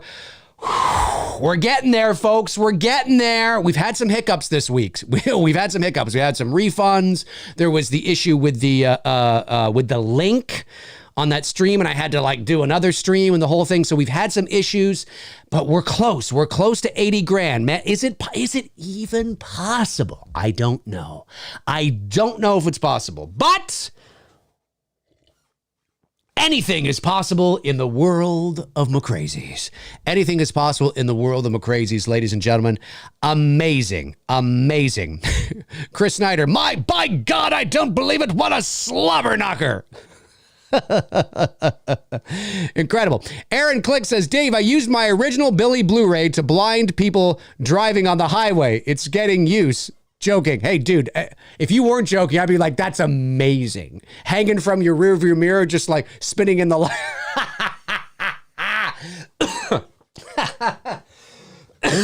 Excuse me. I love it. It's alive. says Bob Birkins. Chester Franklin Jr. says, Dave, do you have some favorite voiceover work you have done, like TV spots, movies, trailers, or TV shows? Great question, Chester. And yeah, I do. I've been doing this for 22 years. I've been in the entertainment industry for 22 years. And because I started in 2001. And I started as an on-camera actor. That's what I was doing. I was doing some commercials and things like that. And then I got into voiceover I got into voiceover. I was always doing voiceover and voice acting, all that kind of stuff, even through high school and college. But I became professional in about 2004 or 5. And then I didn't look back. So I've done a lot of stuff, mostly on the commercial and promo side. So mostly on the commercial and promo side. That's where the vast majority of my career has been, is in commercial and promo work. So, and I have done, I would say most of the stuff I've done is for Canadian networks, but I have done quite a few stuff for that has aired in the States as well. I would say it's probably 60-40. 60% Canadian, 40% of my work has aired somewhere in the States on, I don't know. CNN, NBC, TNT, wherever, right? Like whatever the thing was that I was doing. And so, so you've probably heard my voice in one way or another, but obviously wouldn't have known it was me, right? Favorites, I did, a few years ago, I did a bunch of Slim Jim ads that I know aired in AMC theaters in the US and also on television in the US as well. There was a big Slim Jim campaign, which was a lot of fun to do. And so I remember that. I just remember the campaign being a lot of fun. And the studio, I think, was the studio in New York or Chicago? I can't remember. But anyway, a lot of fun. But I would say that, I've done everything from insurance ads to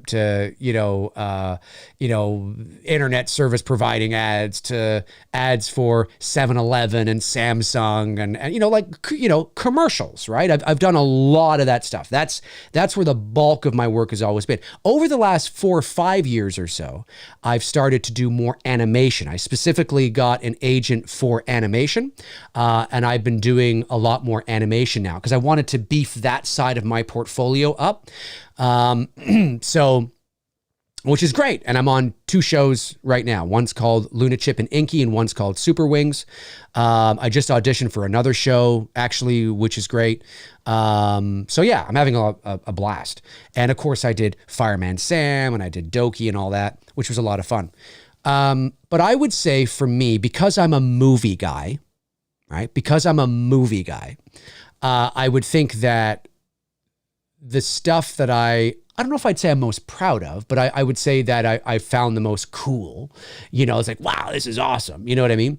Is the stuff I've done for movies. So, like the very first movie trailer I ever did was for The Descent. And it was I don't know if it was for television or it was for the theater. It wasn't radio. It was actual. Because if you YouTube Dave McRae, The Descent, the spot will come up. Because I posted it a few years ago.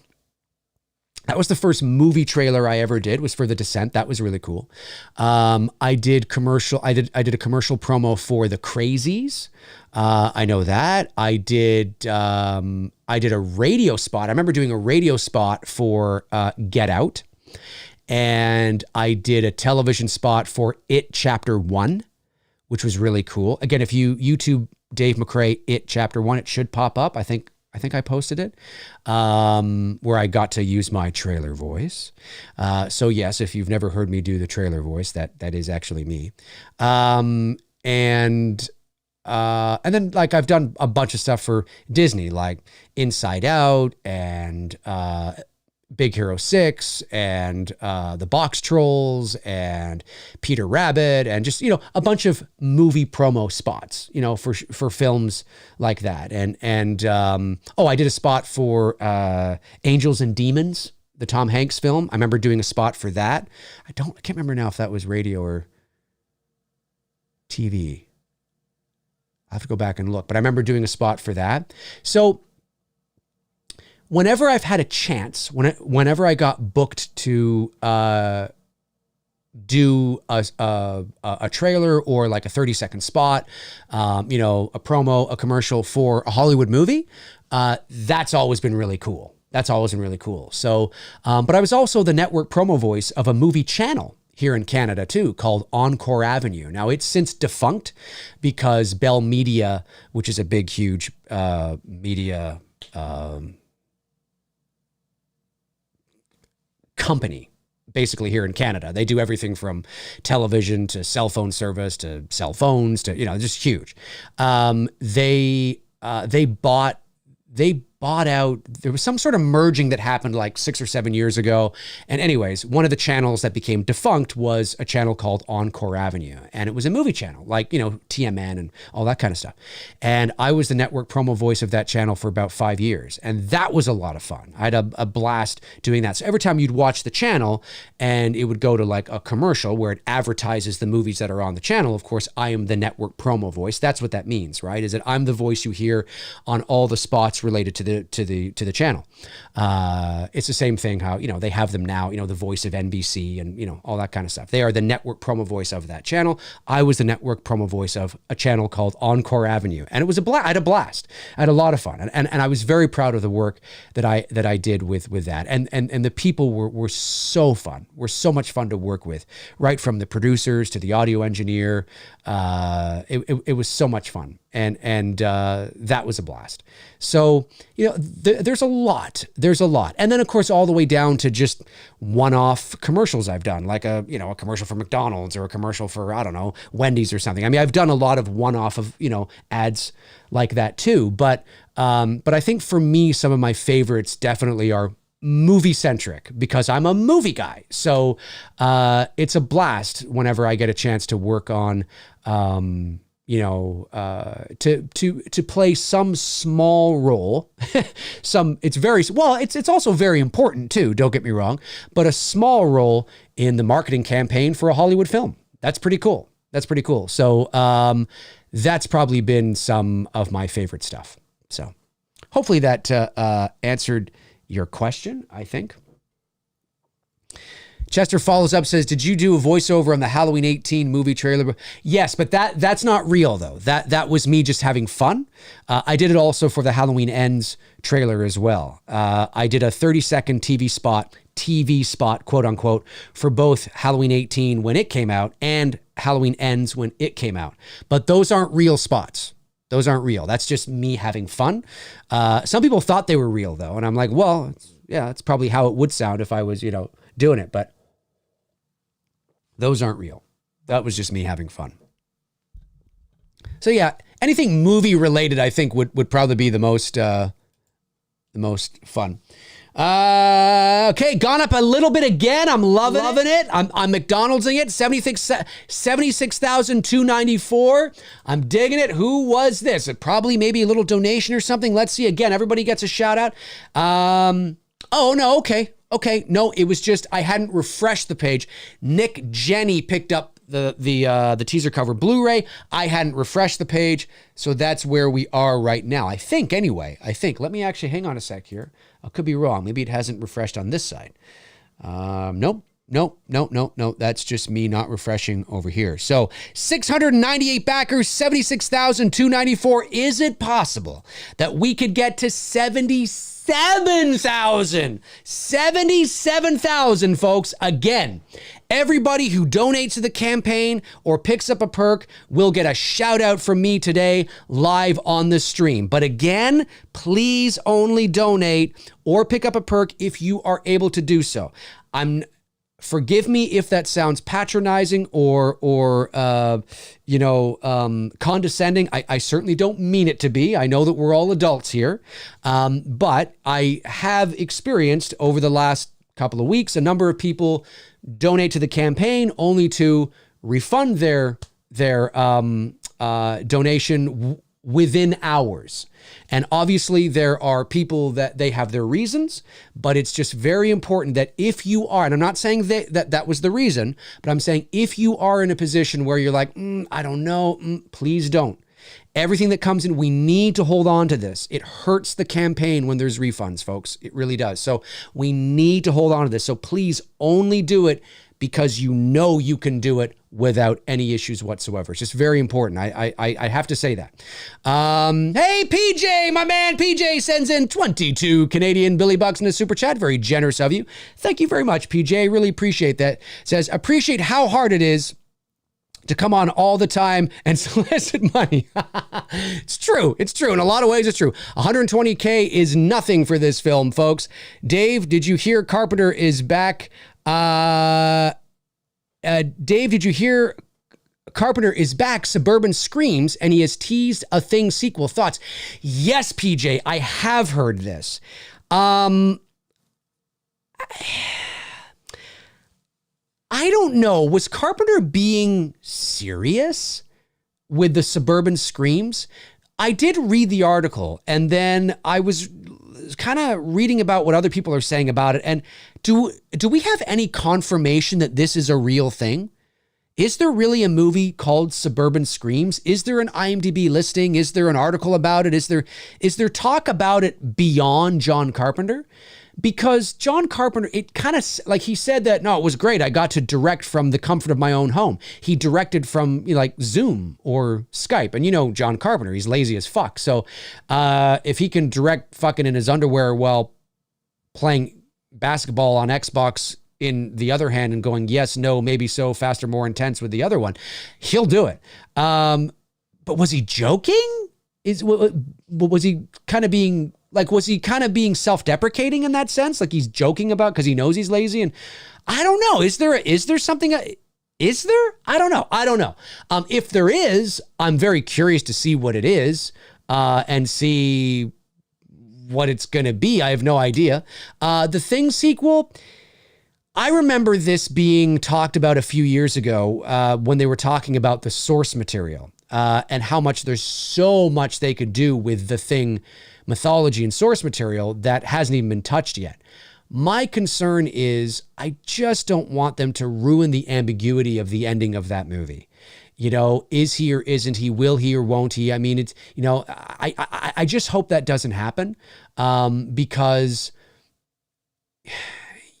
like, is this a sequel that's going to reveal whether Childs really was the Thing, or if MacReady really was. I just hope they don't do that. That's what's so great about that ending. Like, I just feel that, and I know that there are people that get it and agree with me. I really do. But I guess I'm surprised a little bit by how many people I see in the world of fandom that don't care about that stuff, that would rather actually know than leave it ambiguous. Because the whole point is you're not supposed, like, that's the point. It's not like they just didn't know. No, the whole point is it's supposed to be ambiguous. And I like that. I like that conversation. But if you know, it's kind of like what happened with Blade Runner, right? If you know, then, do you know what I mean? Like, so I don't know. I guess it would all depend on what the details are in terms of a sequel and what exactly they are going to do. It really depends. But yeah, the Suburban Screams, I don't know. What is that? What exactly is the Suburban Screams? I'm not really sure. Josh Lott sends in $10. Thank you very much, Josh. Appreciate that. Says, there is a way for me to buy an executive producer perk, but the bad news is that it would require me to refund some stuff in the end, though. It would put us ahead, but at least 2,000, let me know. So let's talk about that, Josh, when we get to maybe the final days. Do you know what I mean? Kind of seeing where we're at. Do you know what I mean? And then maybe we might be like, well, you know what? Let's do it because it's going to get us over or something like that. And then it gets us into demand. And then, you know what? We're going to make up that $2,000 while we have the campaign in demand. No problem. Let's sacrifice it. You know what I'm saying? Let's talk about it. Let's keep that dialogue open and see where we are in a couple of weeks and see how close we are or aren't to the goal. And then see if it's beneficial to have that. I really appreciate you being open to that. But let's keep you where you are right now.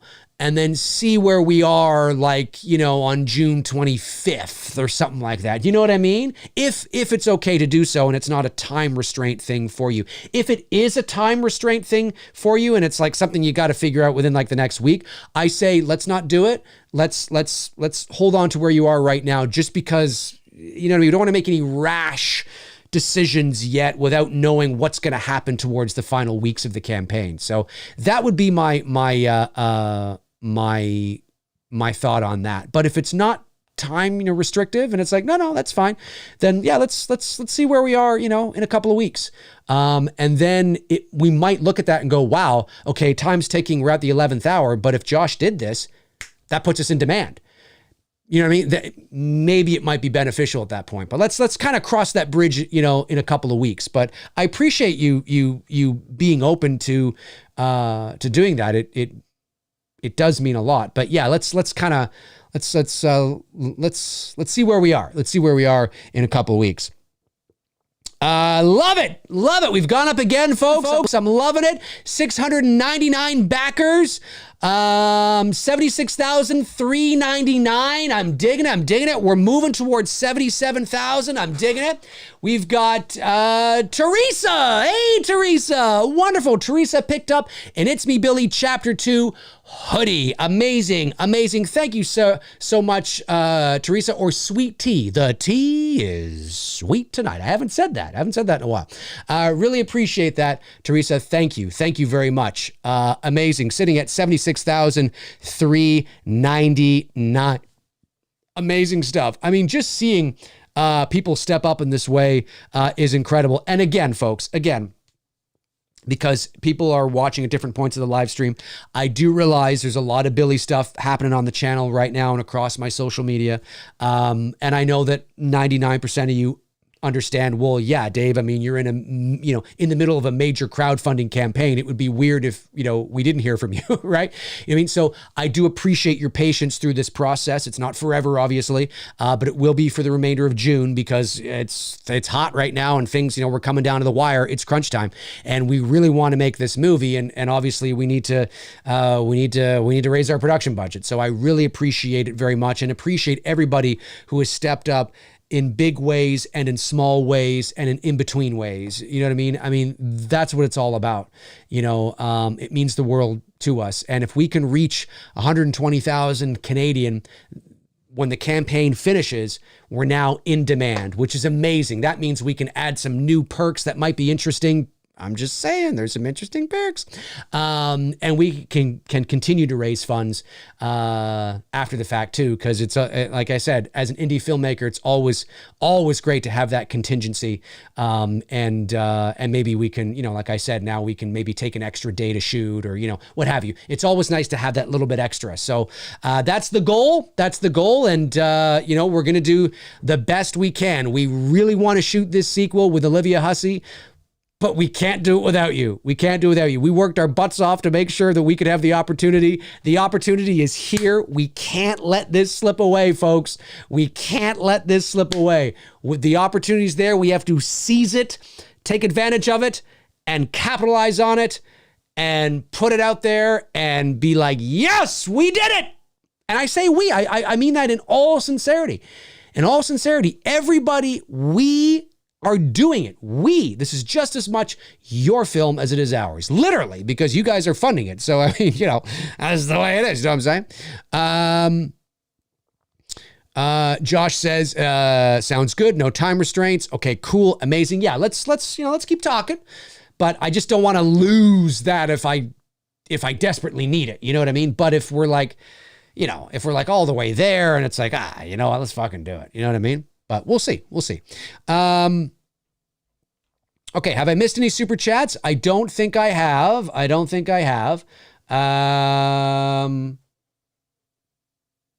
No, I haven't. Okay, cool. Just making sure.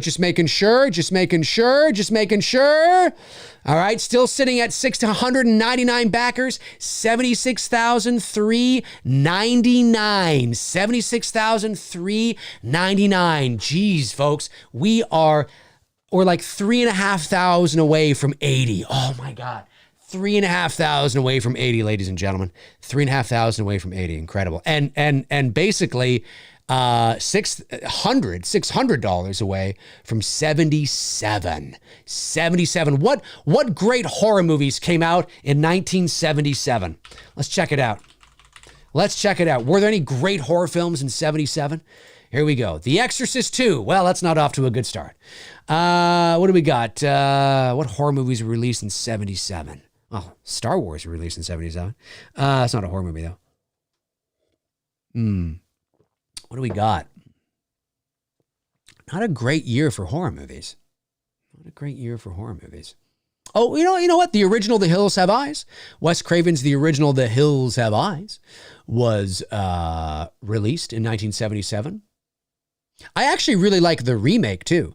The remake from 2006, I actually quite like, to be honest with you. But yeah, not a whole bunch of.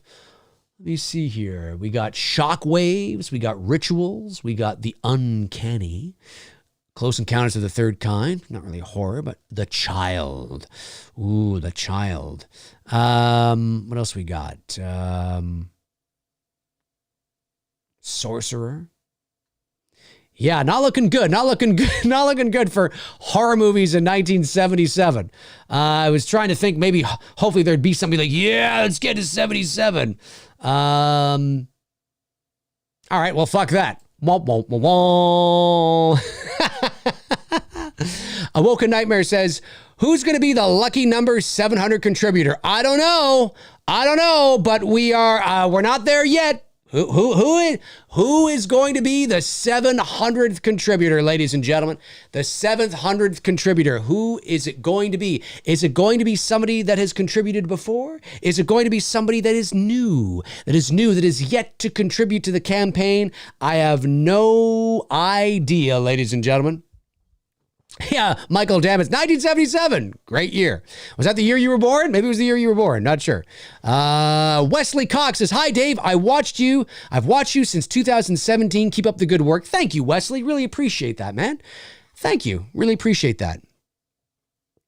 Harry Hagen, my man. Harry says, Quentin Tarantino said it best. Directors are like tuning forks. When they're ringing, they're on. Once they stop, they're done. That's why he only wants to do 10 films. I think Carpenter has been done. Yeah, well, Carpenter's been done for a while. You know, Quentin Tarantino has worked within the studio system. Carpenter has struggled to do that. And Carpenter, look, I mean, listen, he would probably be the first to tell you that he's a fucking jackass. You know, he's I'm not saying he's a bad human being. I'm just saying that, yeah, he's got attitude. He's got a fuck you and fuck them attitude about everything. And I'm not saying anything that we don't already know, right? So, yeah, I think he doesn't care. He doesn't care, you know? And if it is true, if there is a movie called Suburban Screams, then he directed it from his couch, that goes to show you how much he cares. Now, unless it's a movie that was overseas. But I'll tell you right now, if Suburban Screams was a movie that was shot in LA, or maybe anywhere in the US, the fact that he didn't go to be on set shows you how little he gives, right? How little fucks he gives. If it was a movie that was overseas or somewhere, okay, maybe his old age, okay. But if they shot Suburban Screams, if that's a real movie in LA, and, you know, he lives in fucking, where does he live? Pasadena or whatever? He lives close. He lives close. It's crazy. Danita Brown says, I will be back very soon for the digital perk. Love my digital perk from your first campaign for It's Me Billy One. Amazing, Danita. Thank you so much. Really appreciate that, Danita. Really, really appreciate that. Thank you. Thank you so much. Really appreciate that. And yes, we've gone up. We've done it, ladies and gentlemen. 700 backers, 76,419. Let's keep that train going, folks. We are closing in on 77. Yes. Yes, we can do it. I know we can, folks. Who was this? Let's find out. Was it somebody before? Was it somebody new? It was Cody Snyder, hey, one of our great mods. Cody Snyder just donated $20. Amazing, Cody. Thank you so much. Really appreciate that, Cody. Thank you. Reminder again, everybody who donates to the campaign or picks up a perk on the campaign will get a shout out from me here on the stream. Amazing, amazing. 76,419. We are closing in on 77. We've got to do it, folks. We've got to get there. We've got to get as close to 80 as we possibly can. You can do it. We can do it. If we cross it, there will be another milestone. You know the music. You know what I'm talking about. We got to do it, folks. We got to do it. Aaron Click says, let's focus on 78,000 Canadian, the OG Dawn of the Dead Halloween. Oh, Aaron, I love your thinking. Yes. Let's get this to 78,000 by the end of the stream.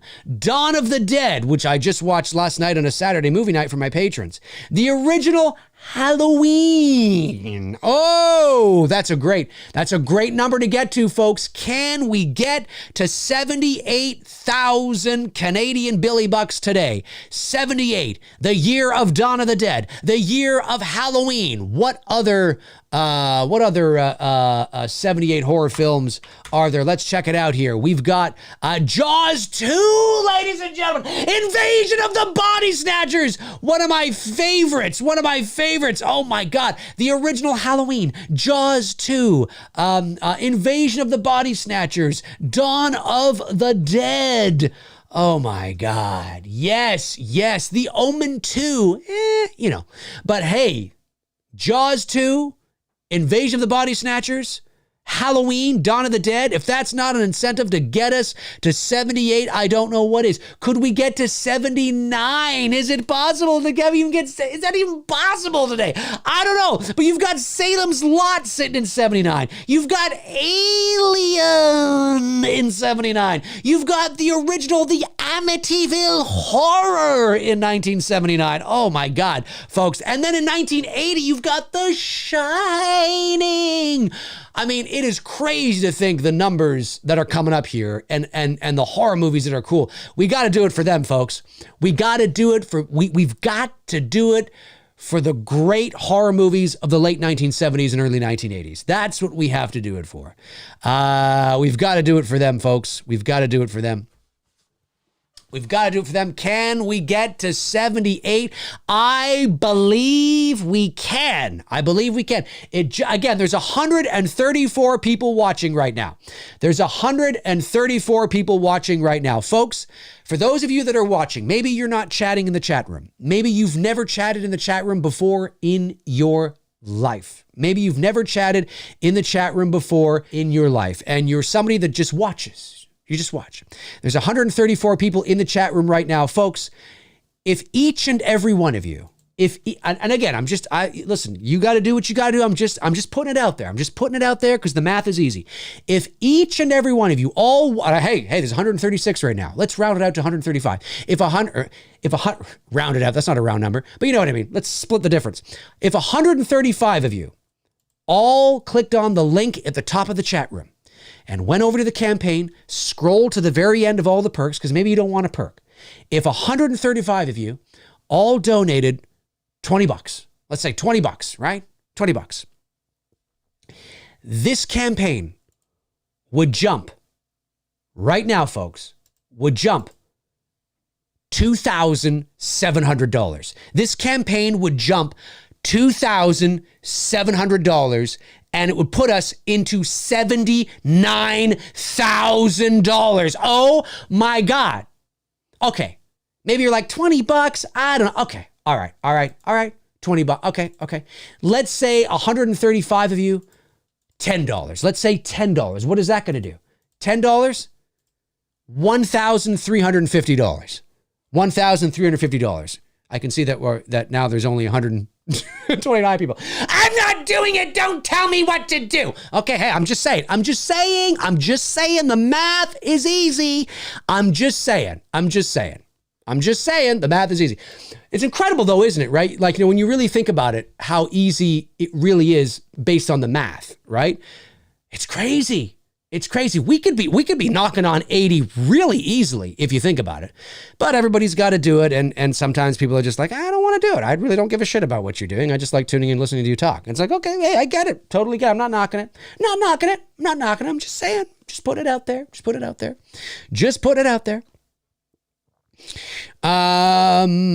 Let me see. Okay, I haven't missed any super chats though, right? I don't think there's any super chats that are missed.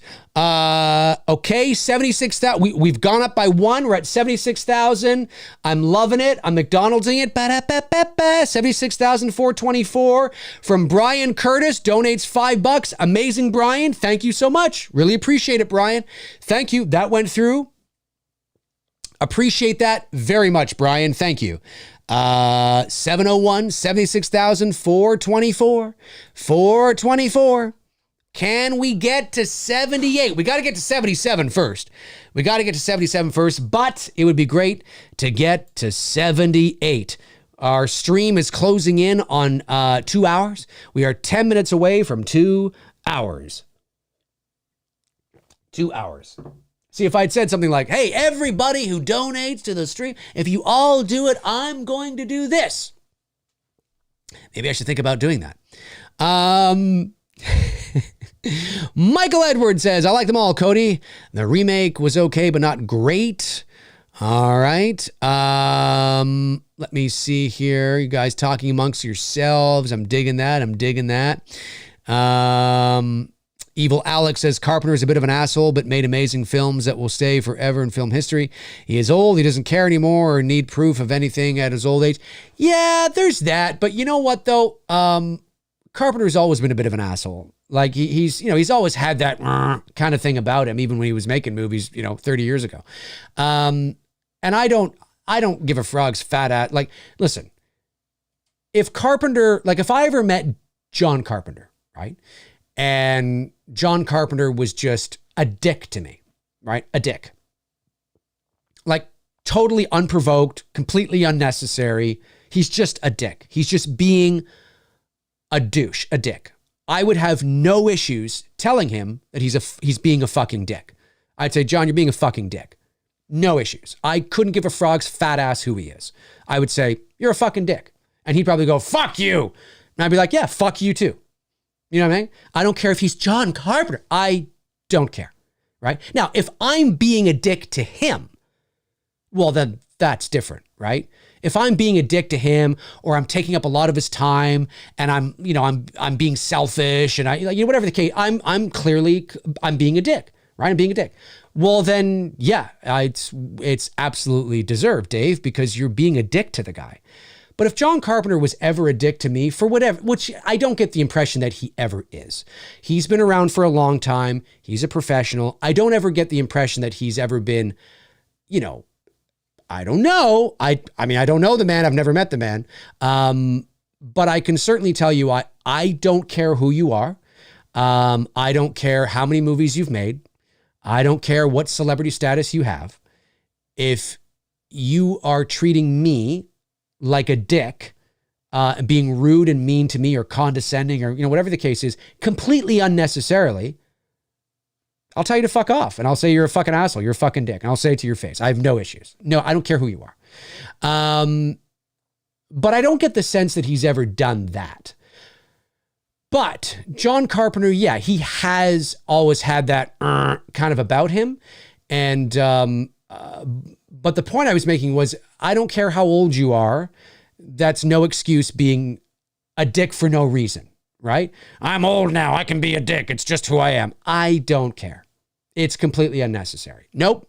It's not an excuse. That may be the reason, but it's not an excuse. There's no excuse for to be a dick for no reason, right? So unless you're provoked, right?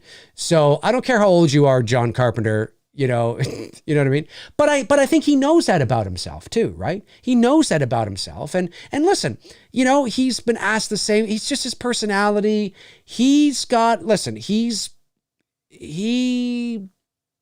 Yes, he's made some great movies. He's made some stinker movies. He's a horror legend, absolutely.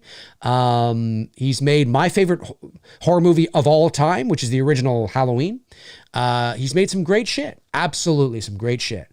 But yeah, I would always hope that if he ever, if I ever met him, he doesn't have to be, oh, hi, how are you? Oh, hello, thank you so much for being a fan. Oh. No, he doesn't have to do that because that's not what he does. He can be, I'll sign it for you. Oh, there you go. Yeah. Okay, fine. That's fine. Sure, that's fine. You know what I mean? But he has to be cordial. He has to be cordial, right? People are paying money to be there.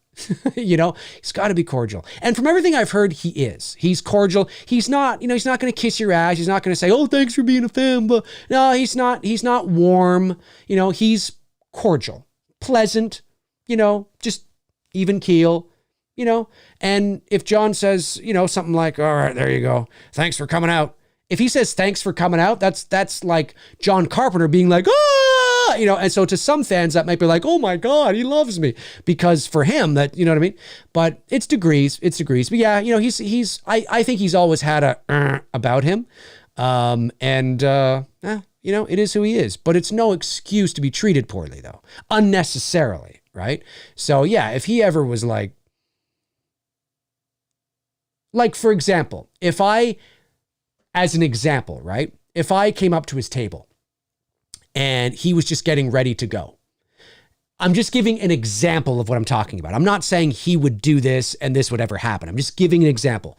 Hypothetically, if I came up to his table and I didn't realize that they were packing up, I thought I still had like a moment, and maybe he's in a bad mood or something or whatever. It's a long day, and I come up to his table and he sees me and I'm just like, oh, hi, I just would like to. And he's like, oh, fuck, I'm fucking done. He says something like that, right? I would have no issue saying, you're a fucking dick. Fuck you. And then he would probably be like, fuck you. I'd have no issues saying that. No issues whatsoever. Because it's completely unprovoked. It's unnecessary. I didn't know he was all he had to say, or all his handler had to say, which is probably his wife, had to say was, oh, so sorry, we're done here for the day, my apologies, whatever. That's it. And then I'd be like, oh, okay, damn, okay, you know what? No worries, I get it, right? But there are also people that go up in that kind of a situation that push and push and push and push and push. And if you're doing that, then yeah, you're probably owed to get the fuck out of here. You know what I mean? So it all depends on what the circumstances are. But yeah, I have no issues. Like I don't give a frog's fat ass who you are. I really don't. Maybe it's because I've worked in the entertainment industry for 22 years and I've met guys that think they're all that and a bag of shit. And I'm just like, yeah, no, you don't treat people like that. You know what I mean? So, but that's how I feel about it. Get the fuck out of here. I'd be like, fuck you. I'd be like, you get the fuck out of here, John, and go home. Go home, you miserable piece. Like, that's what I would probably say. Don't care. Again, unprovoked shit, right? And I've never gotten the sense that he's ever done that. He's always polite and cordial and fine. You know what I'm saying? I'm just giving an example, right? But yeah, he is known to be a bit moody. That is for sure. Love it. 703. We've gone up again a little bit. I love it. We're going up in little increments. I love it. Who's this? We got Edward Nito donates $20. Marley Kiko donated $40. Amazing. Thank you so much. Really appreciate you guys doing that. Really appreciate it. 76,444. 76,444. Can we hit 77? I'd like to hit 78. Oh, I'd like to be just knocking on that 80. ooh, but I do understand we did have some hiccups today, folks. And you can see how the hiccups do hurt the campaign, right? You know, when people, and again, I understand everybody's got the reasons for, you know, refunds, but this is why we don't want that. It's very important that when you donate, it's because you can. Very, very important. Crateso FJR, I'm not quite sure, but okay, you says, damn, this is funny. Dave's got me imagining him and John Carpenter cussing each other out. That would be funny to see. Oh, it's true, but it's not just him. Like, it would be anybody, right? I don't care who you are. Again, unprovoked, right? Like, I didn't know, you know what I mean? Like, and I came up and all you got to say is, oh, like, you know, we're done. And oh, okay, sorry, you know. But yeah, I don't care who you are. And like I said, it could be because, you know, I also, for those of you that may not know, but a lot of you do, I grew up in a media family. My father was a journalist, at one time, one of the top sports writers in the country. And I mean, my dad met the Beatles and, you know, Liberace and John Candy and, you know, all that kind of stuff. I grew up in a media family where my dad was, you know, journalism famous. And so I'm very familiar with, you know, being around athletes, sports figures, you know, being, you know, I'm not saying my dad was Harrison Ford, but I'm just saying, you know, growing up in that kind of environment. So, and watching my dad and how polite my dad was and, you know, again, it depends on the individual, right? It depends on the individual. But I think because of growing up in a media family and because of my own experience working in the entertainment industry, and people I've seen and people I've crossed paths with and, you know, all that kind of shit. I don't have time for that shit. I don't care who you are. I don't care what status and what fucking pedestal you think you sit on. I don't care. There's no reason to be rude to people unnecessarily, right? And again, I'm not saying John Carpenter ever has been. I don't know. I was just using the example because he is known to be a bit of a grumpy guy. You know what I mean? So, but yeah, no, it's fine. Yeah, can you imagine? Fuck you, fuck you, fuck you, fuck you, fuck you, no, fuck you. I wouldn't do that either. I wouldn't stand there and get into an argument with John Carpenter. I would just tell him he's a fucking idiot and leave. But anyway, that'd be funny. That'd be really funny. So yeah, sitting at 76,000. Oh yeah, there it is. There it is. So it took a minute to go in. 76,000. There we are. 76,484. Essentially $500 away from 77,000 Canadian Billy Bucks. 27 days left. That's going to change over to 26 in about another hour or so. So time is ticking out there. I just want to say, if you're watching live, if you're watching after the fact, there are wonderful perks on the campaign. Maybe you haven't checked this out. There's wonderful perks on the campaign. Every little bit helps. Blu-rays, t-shirts, hoodies. There's even this sweater here, which it's limited sizes and limited quantities. But there's this sweater here, which is the holiday sweater. Where is it now? The holiday sweater. There it is. You can get a size small, medium, large, and 1XL, 5 available of each, but some have sold, so those numbers are down. But this is really cool. It's a niche item because it's an exact replica of the sweater worn by Olivia Hussey. There she is on screen from the original Black Christmas. And because the vast majority of my viewers are male, men, boys, the sweater that you would get is unisex. That's why I put the dude on the other side over here, so people would know that guys can wear it too. But this is a niche item. This is not an item you can get in stores. This is a niche item, and that can only be found here on the campaign, and of course on the artist's website. But if you buy it here on the campaign, you also get your special thanks to the end credits, the digital download package, and some BTS photos signed by myself and Bruce, in addition to the holiday sweater. So again, there's only a few of these available in limited sizes, but really cool stuff if you're thinking about something that's different. Lots of great perks. Please check them out if you haven't already. Anything really helps. It's we want to make this movie, ladies and gentlemen. And we've only got just basically 3.5 weeks left. It's crunch time. It's go time. It's go time. Yeah, Cody Snyder is right. Listening to the way people talk to James Cameron when he was coming out of the Avatar 2 screening, I can understand why Carpenter is like that. Cameron threw them though. Yeah, well, it depends, right? It depends, right? You know, those are not fans.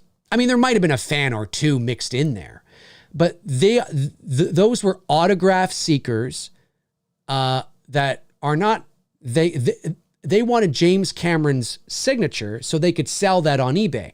There are autograph seekers that what they do professionally is they follow celebrities around. They find out where a celebrity is going to be at any given time, and they bring a stack of 8x10s of whatever movie, and they try to get all these people to sign it so they can sell it on eBay for ridiculous amounts of money. They're not fans, you know, they're not fans. They're not fans. Like I said, there could be a fan or two in there, but yeah, it's dog shit. And if I was James Cameron having me, I'd be doing the same thing. I'd be doing the same thing. Time for that nonsense, that bullshit. Just crazy. Joe Calabresi says, John Carpenter's a Capricorn, Dave. Capricorns tend to be like that. Hey, I'm a Gemini. And we Geminis are known to have other sides of our personalities, and I wouldn't do that. So I get what you're saying, but astrological signs ain't no excuse for being a dick. Just saying. But I also understand what you're saying as well. Astrology can be cool. Okay. Again, I haven't missed any super chats. Oh, hey, I did. Edward Nito, my Godzilla brother from another mother. Edward Nito sends in $5, says, sup, Dave? Just tuning in, man. Can we get to 85K by Friday to represent Godzilla 1985? I don't know, dude. If we could get to 85K by next Friday, we're going to have to start doing something because, again, folks, I wanted to be at 80K this time, but unfortunately we had some hiccups and that did hurt the campaign. So that's why we are down where we are. If we did not have those hiccups, we would probably be at about 80 right now. And unfortunately, we're not. And so you can see how it does hurt the campaign. But we're still in a good spot. 76,484, 63%. If we were at 80, I would want to be at 90 or 95, knocking on 100 by the next week, because that only leaves us 2 weeks left. 2 weeks left to make up, $20,000. And so, but we're a little behind right now, but if we keep this going, with the pace that we have, I think we can do it. So it's going to take a lot of effort, a lot of resources. Again, maybe there are people that are watching right now or watching after the fact that, are silent investors. Maybe they're like, you know what, I'm thinking about doing this, that just haven't come forward yet. Totally understand. If that is you, that's amazing. Thank you so much. But just, a reminder, 3.5 weeks left. That's it. And so I don't know, Edward. I'd love to see it, but I don't know. I'm just on here promoting the campaign, trying to reach different people, trying to get it out there through the algorithms and the hashtags and all that kind of stuff, and see where we land. I'd love to get to 70. I'd love to get to 78 by the end of the stream today. That would be amazing. But we first got to get to 77. We first have to get to 77. That's what we first got to get to. But we've gone up. 704 backers, 76,544, ladies and gentlemen. 76,544. Let's see who that was. Again, everybody who donates to the campaign or picks up a picks up a perk will get a shout out from me. This was Zachary Millis. Is that how you say that? Millis. Millis. Is that how you say that? Zachary picked up a t-shirt, Dress to Impress. Dress to Impress t-shirt. Thank you, Zachary, or Zach, depending on what you go by. Really appreciate that very, very much. Amazing. 76,544. We are now less than $500 away from 77,000 Canadian Billy bucks.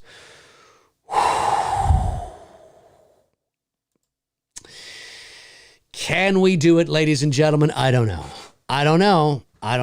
But it's crazy stuff.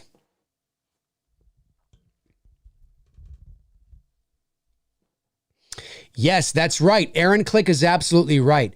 Remember, although it's tempting to wait till these streams to donate to hear your name live, I admit that's when I've donated. Please donate at other times as well. I agree. And it's also important that you donate because you can. Again, we had somebody who donated yesterday. They didn't just donate. Well, when I say donate, it's semantics, obviously. I mean also, buying perks and stuff too.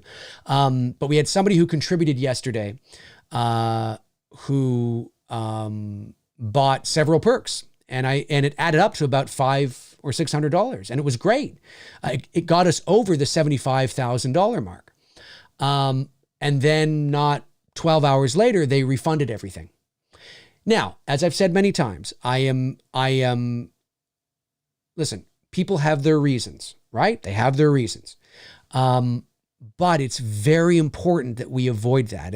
And maybe something came up last minute. Maybe, I don't know, maybe this person's, they just had a change of heart. I don't know. But it's very important that we don't do that. And so when I am not live, yes, we need people to still donate to the campaign, even when I'm not live. Right? We have to keep that pilot light going. And so I was so excited when this individual did that on a day that I wasn't live, because I was like, oh, that's exactly what we need. And then they refunded everything. Now, again, to the person that did that, you got to do you. Who knows why you did it? You could have a very good reason for doing it. I respect that. But if it was just, well, I really can't afford it, don't donate. Don't pick up a perk. Everybody, we need you to be clear of that. If you have to look at your wallet or check your bank account to see if you can, chances are you can't, or you shouldn't. You know what I mean? So it's very important, especially as we get into the last several weeks here of the campaign. I cannot stress that enough. Please, please, please, please. It hurts you because you can't afford it, and it hurts the campaign because you have to refund anyway. So then I see us go from 75 back down to 74. And it's like, we lose that momentum. If those people, and again, they have their reasons, but we would be knocking on 80 right now if it wasn't for the hiccups we had this week. So it's very, very important. At the end of the day, it could come down to the difference between reaching our budget and not reaching our budget. So it's very, very important, folks. Very important.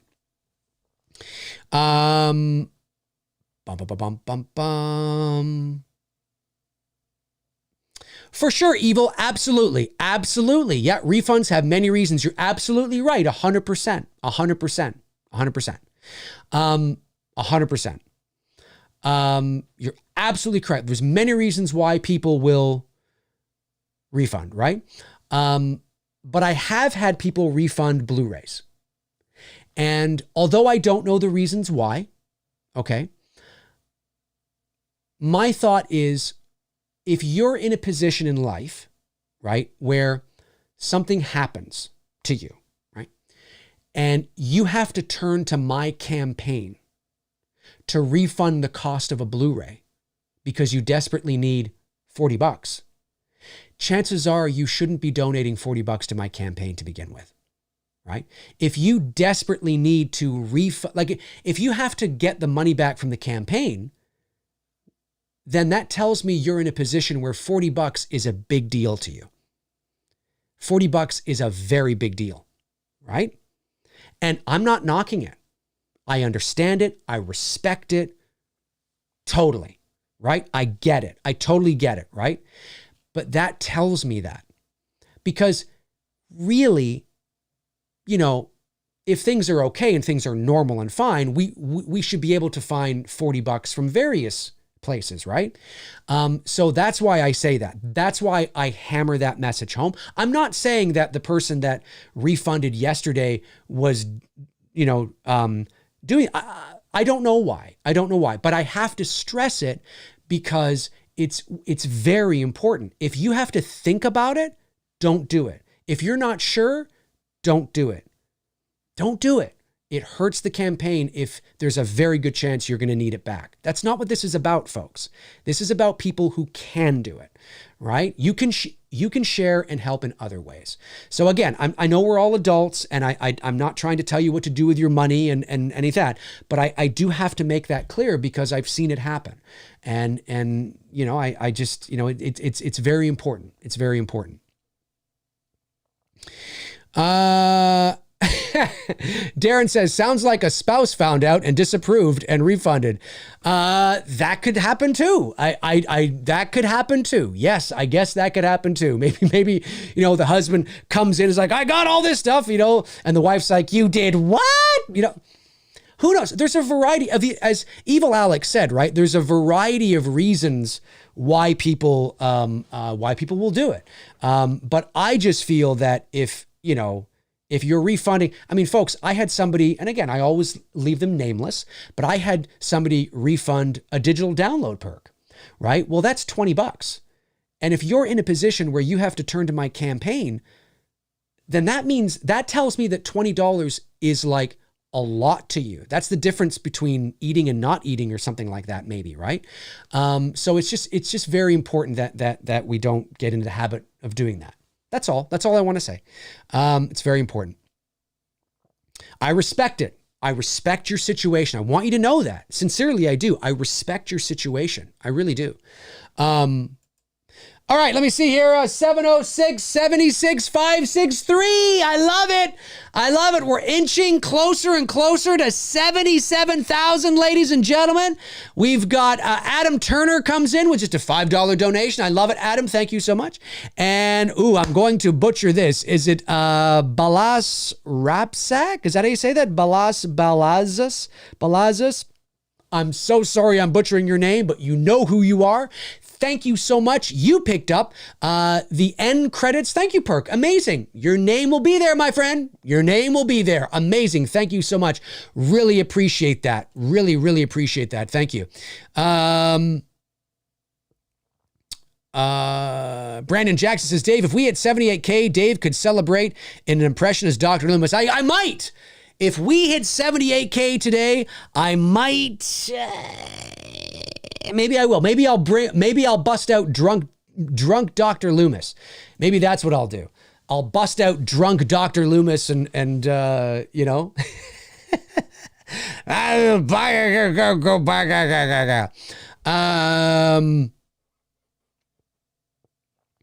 Let me see here. I'm just looking for Rob Lucas says, I wish you could get to 300K like the OG Halloween.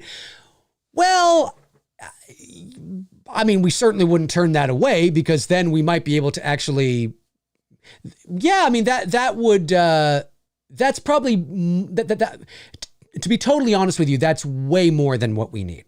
That's way more than what we need, right? Because again, this, you know, the budget is not an arbitrary number. Right? It should never be an arbitrary number. The budget is based on, you know, ballpark actuals.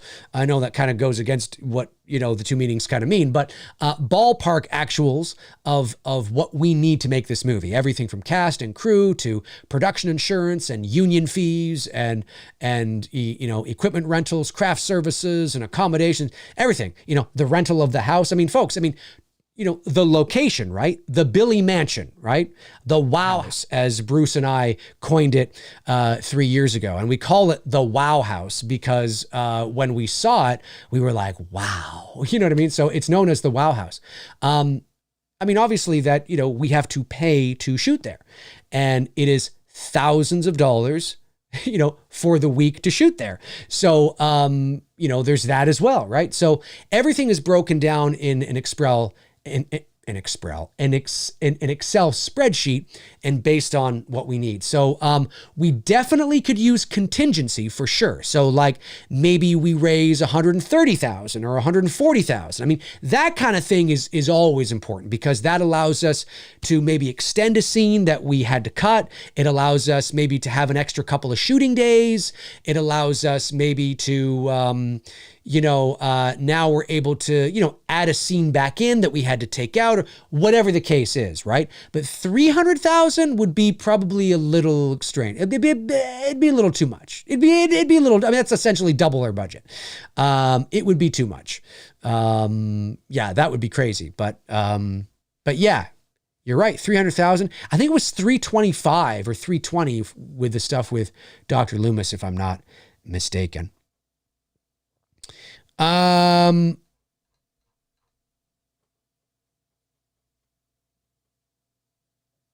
Noah, I see what you're saying. I was reading what Cody had written. He's like, Noah, friendship ruined over Halloween, complete the saga. Yeah, I should do that. You're right. It's been a while. I should do that. I totally should do that. Darren Georgetown says, does Dave have a lot of trolls who would do that? You mean refund?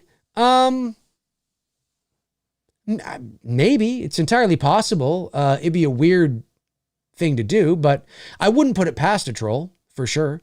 But trolls usually don't have deep pockets, right? So if they do, it'll probably be something marginal like a Blu-ray or something, Trolls generally speaking don't like to spend money to troll, right? Which is why you don't see troll super chats too often. All right. So, oh, yes, I'm loving it. 708 backers, 76,668. We are closing in on 77,000 Billy Bucks. Who is this, ladies and gentlemen? Let's see who it is. We've got Edward Nito is stepping up. My Godzilla brother from another mother.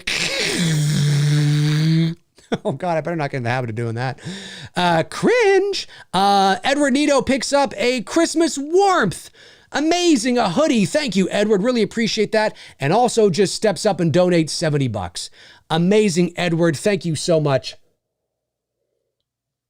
Really appreciate you stepping up like that. 708 backers. We are knocking on 77,000 now, folks. 76,668. Fascinating stuff. Can we get us close to 80K? We've got to reach 77K. And then it's the pathway to 78K. And at 78K, that's the year Halloween came out. That's the year Dawn of the Dead came out. That's the year that, oh God, what was that? Invasion of the Body Snatchers came out. I had to look at the screen. Jaws 2 came out. I mean, that's a great year for horror. Incredible. Edward Nito says, Dave, I canceled some Godzilla figures and sent the money your way. Oh my, Edward, amazing, dude. You certainly didn't have to do that. I mean, you have donated to the campaign and you are a big and a great contributor here on the channel anyway. So the fact that you did that, dude, that means a lot. That means a lot. That really does, dude. That means a lot. Thank you so much. Aaron clicks like, come on, 77,000. I agree. Come on. We can do it. Evil says, yeah, Dave doesn't have too many trolls. Well, it doesn't seem that way. The mods are very good. Could be a reason too. Yeah, I don't have too many trolls that I know of. I every now and then there's a troll that comes into the chat. But ever since YouTube allowed you to, put up like you have to be subscribed to my channel for at least 20 minutes in order to chat in the chat room. And you can change that to like 20 years if you wanted to, but it really has limited because as soon as a troll comes in from an account that they created that's been subscribed to me for 20 minutes, you will get rid of them and then they have to create another, but like the screening process of having to wait to be able to chat really ruins a troll's momentum. And so that's really helped for sure. But I do know, because of Reddit, somebody had pointed out to me, I guess it was last fall, I think it was last October, in and around the Halloween Ends stuff. Somebody had sent me a DM on my Facebook page, my Many Things Facebook page, and was like, I've told this, before, but I find it interesting. Now, I know about Reddit. I didn't have an account on there. I created an account recently to help promote It's Me, Billy Chapter 2, but I haven't used it since, and that was like 3 weeks ago. So I don't have an account per se. I'm not on Reddit, but I do know how it works. And so somebody sent me a message. It was like, Dave, there's all this hate for you on Reddit. And I'm like, what? And so luckily at the time, because I didn't have an account, you didn't need an account in order to be able to read what's there. And so I was reading all this stuff, and yeah, there's a lot of people that watch me or have watched me in the past, which I already knew about this anyway, that are not big fans of me. They think I'm a condescending, pretentious douchebag. They think I'm full of myself. They think, I don't know, like all kinds of stuff, just people that just don't like me or I'm not there. And that's fine. That's totally fair. I mean, you can think what you want about me. It's that's the whole kind of idea that, when you put yourself out there on the internet, not everybody's going to like you. Not everybody's going to get your shtick. Not everybody's going to like that you're, loud and confident and whatever the case is. Right. I think a lot of times my confidence has been misinterpreted arrogance has been confidence has been misinterpreted for arrogance. I'm very confident in my opinions and thoughts, and people will mistaken that for arrogance and thinking that I'm telling you what to think, and that's not what I'm doing at all. So it was really fascinating reading some of these Reddit comments. I've actually thought about doing a video where I read them, like how Jimmy Kimmel has reading mean tweets. It would be like a form of hate mail, right? I've thought about doing that, but I just haven't gotten around to it. But yeah, it is fascinating to read from people around the world who just don't like you. They don't know you. They're just basing it on what they see of you on YouTube, right? And they formed an opinion, and they're like, I hate this fucking guy. I don't like him. I don't like the way he talks. I don't like the way he is. I think he's a condescending piece of shit. I don't like him. And they're not afraid to say. But I find it interesting that they don't like me enough to be able to talk about me on Reddit. How cool is that? And then people are like, does it bother you? I'm like, no, it doesn't bother me at all. I mean, listen, like I said earlier, I grew up in a media family. My father was a very controversial journalist. When I say that, he was the kind of guy that he wrote what he believed was the truth, and he knew how to stir the pot and get people going. He could make you cry one day from some beautiful thing that he had written, and then piss you off the next. So, my dad told me once years ago, of course it related to the newspaper, but he said, Dave, the question is not whether they like you or hate you. The question is, are they reading you? And the answer is yes. And so I've applied that to my life here on YouTube, right? The question is not, do they hate you or like you? The question is, are they watching you? And the answer is yes, because the same people that go, I'm never watching him again, suddenly watch me and have something to say about me again. You know what I mean? It's just, so it doesn't bother me. You can't put yourself out there on YouTube, in any sort of public way and please everybody. There are people that get me, that get my shtick, that like my theatrics, that get who I am, and that totally get it. And then there are people that I'm just too much. I'm an acquired taste. To them, I'm arrogant. To them, I'm condescending, whatever the case is. And I'm just not for them. And they love to talk about how much they hate me online. And that's totally fine. It's totally fine. It is what it is. It is what it is. And they're free to do that.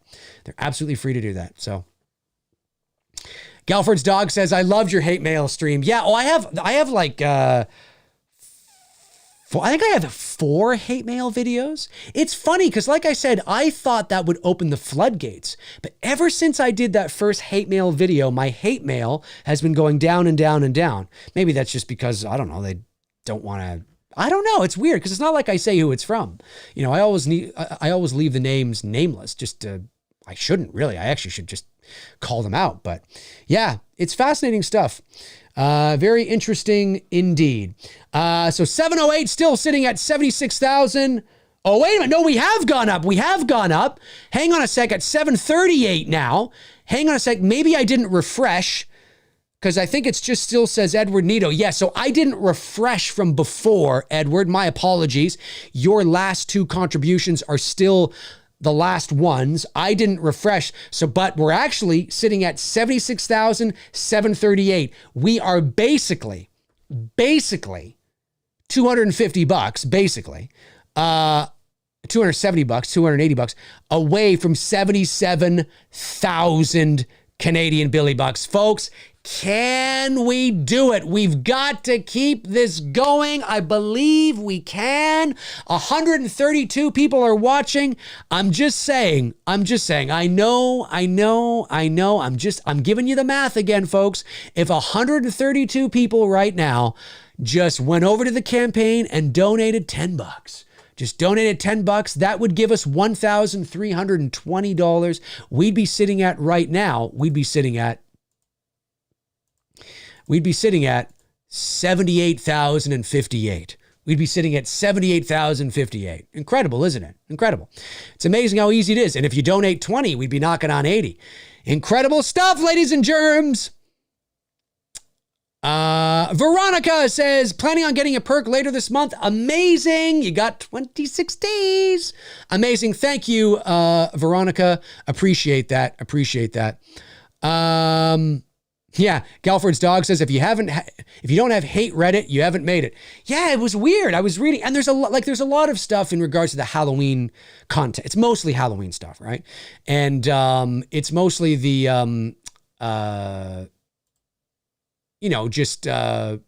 you'll get somebody be like, how much do you agree with Dave McRae? Or what do you guys think of Dave McRae? There was one guy that made a post. It had like 150 comments or something. It was like, this is why I unsubbed from Dave McRae. And it's like, does anybody care? Apparently people do, because there was 150 comments. And you get everything from, I like the guy, to, yeah, I find him kind of a dick, to, he's kind of condescending. Oh, I can't stand the guy. He thinks he knows everything. He thinks he's the best. You know, and it's just like, oh my God, it's like fucking high school. Reading this, it's like, what the fuck? I'm just on here talking about Halloween. You can like whatever the hell you want. You can disagree with me all you want. You know, I don't like this guy. I'm going to get to Reddit. I hate this guy so much. I need a community where I can gather all these haters so I can feel like I'm not alone. I mean, it's like, really, dude? You can't just hate me in private or just not watch me? Oh, you watch me. Oh, you watch me. Maybe one of you's watching me right now. Ooh, oh yeah. Why don't you donate to the campaign? Yeah, show your love that way. And they're watching me right now going, ooh, I can't stand that guy. It's fascinating.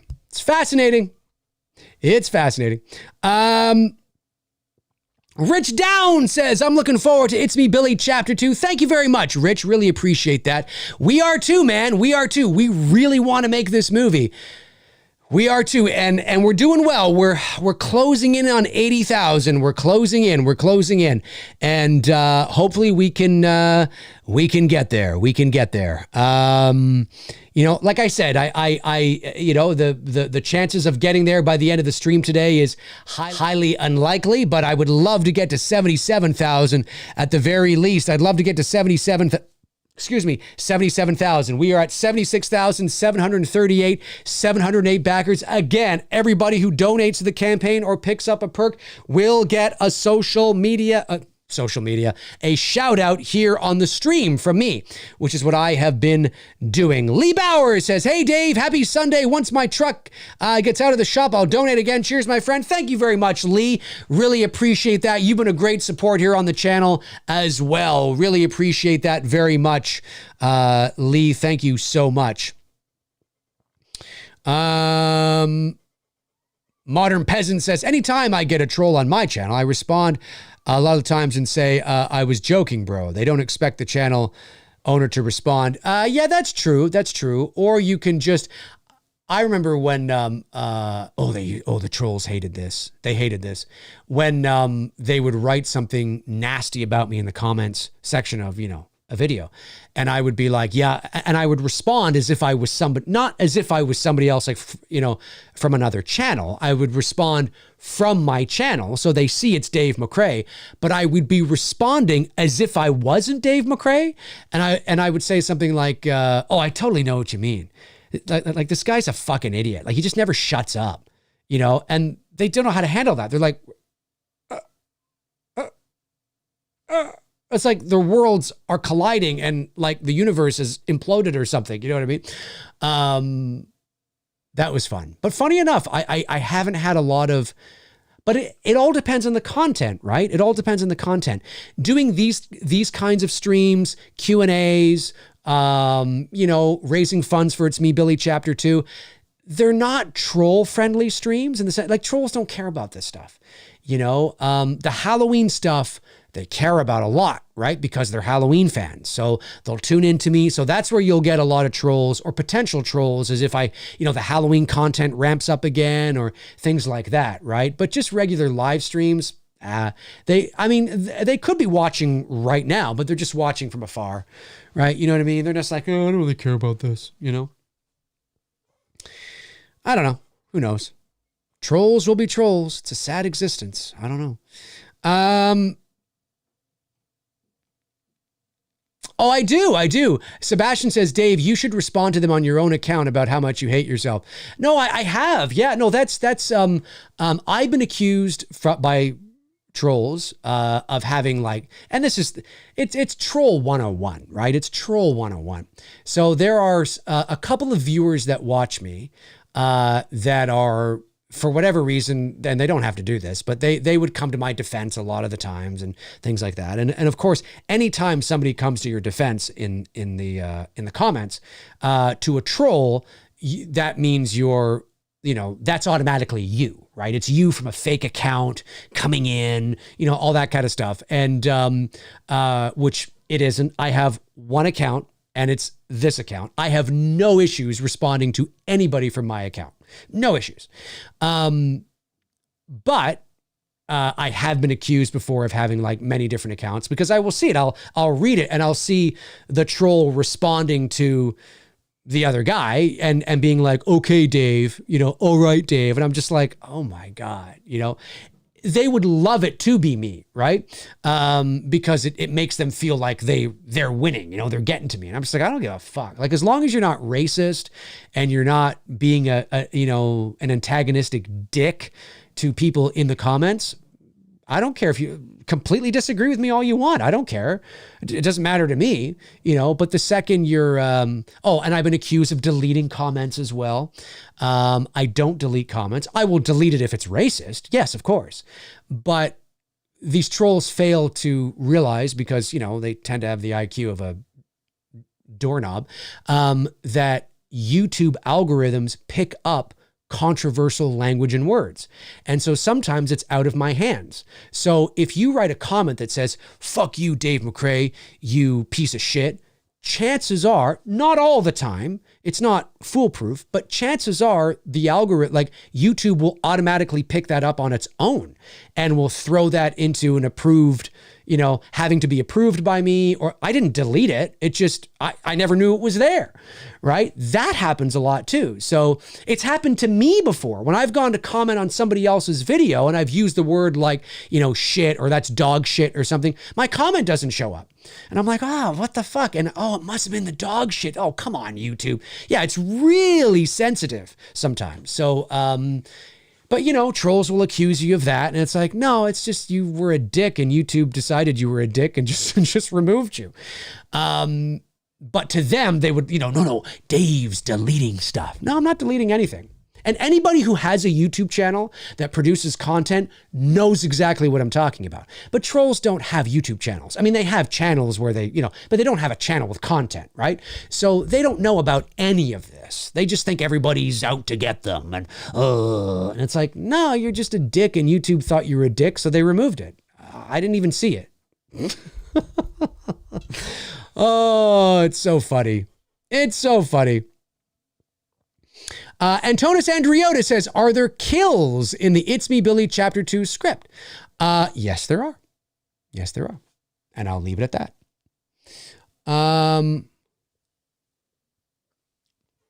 Weird. Oh! Ladies and gentlemen, we have done it! 77,013 Canadian Billy Bucks! Yes! Yes, we have done it! 710 backers! We are now less than $3,000 away! Less than $3,000 away from $80,000, and we've hit 64%! 64%, ladies and gentlemen! Woo! Excuse me, my God, woo! We are doing it! We are doing it! Who was it that came through, ladies and gentlemen? I can tell you it was PJ Wilson, my man, PJ. PJ, I don't know what you do for a living. Maybe the room you have on your credit card. I don't know, man. I don't know. But I really appreciate you stepping up in the ways that you have, buddy. I really, and I sincerely, I mean, you know, you get it. And so it means a lot for you to do this. It really, really does. PJ, amazing. Thank you so much. And shout out, of course, as well to Aaron Zukowski. Aaron Zukowski picked up an It's Me Billy 2 Blu-ray. I love it. I love it, Aaron. Thank you so much. PJ and Aaron stepping up, bringing us over 77,000. And now we're at 77,013 Canadian Billy Bucks, 710 backers. Ba-da-ba-ba-ba. I'm loving it. I'm loving it, folks. Gee, I should be careful because maybe McDonald's will send me an invoice every time I say that. Incredible. Incredible. I love seeing this. We got a super chat from Marley Kiko, sends in €2.50 and says, Dave, what's your thoughts on the Prowler 1981? Marley, I like it. I like the Prowler. I do. I watched it years ago. I watched it recently for a Saturday movie night on my Patreon. And yeah, I like it. I really do. I don't know if it's one of my favorites, but I definitely enjoyed it. And I don't think the Prowler ever spawned a sequel, did it? Did the Prowler ever spawn a sequel? I don't think it did. I'm trying to remember if it did. I can't remember if it did, but yeah, I'm not sure. But yes, I do, and I like it. Aaron Click says, trolling is ridiculous. I might occasionally disagree with Dave. What? Disagree with me, you goddamn son of a bitch? But it doesn't make me angry. Trolls are crazy. Kind of feel bad because they usually have issues. Yeah, it can be true. No, that's the thing, right? I'm just on here. I think what it comes down to is a lot of the times I know I can be an acquired taste. I'm an actor, right? I come from that kind of a background. I'm very theatrical. I'm very animated, right? And so depending on the kind of person you are, if you don't agree with me, it can feel, I'm not saying you, Aaron, I'm just speaking in a general sense, right? Depending on the kind of person you are, it can feel like I'm this big blowhard. Well, listen, Halloween fucking sucks. I'm being theatrical for the sake of entertainment, right?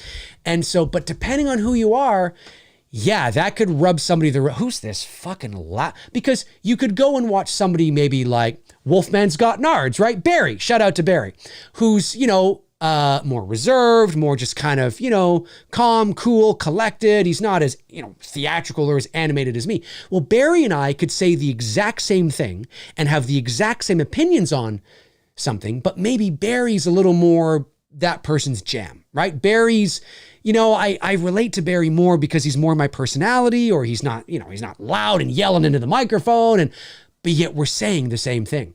right? So that is definitely a factor too, right?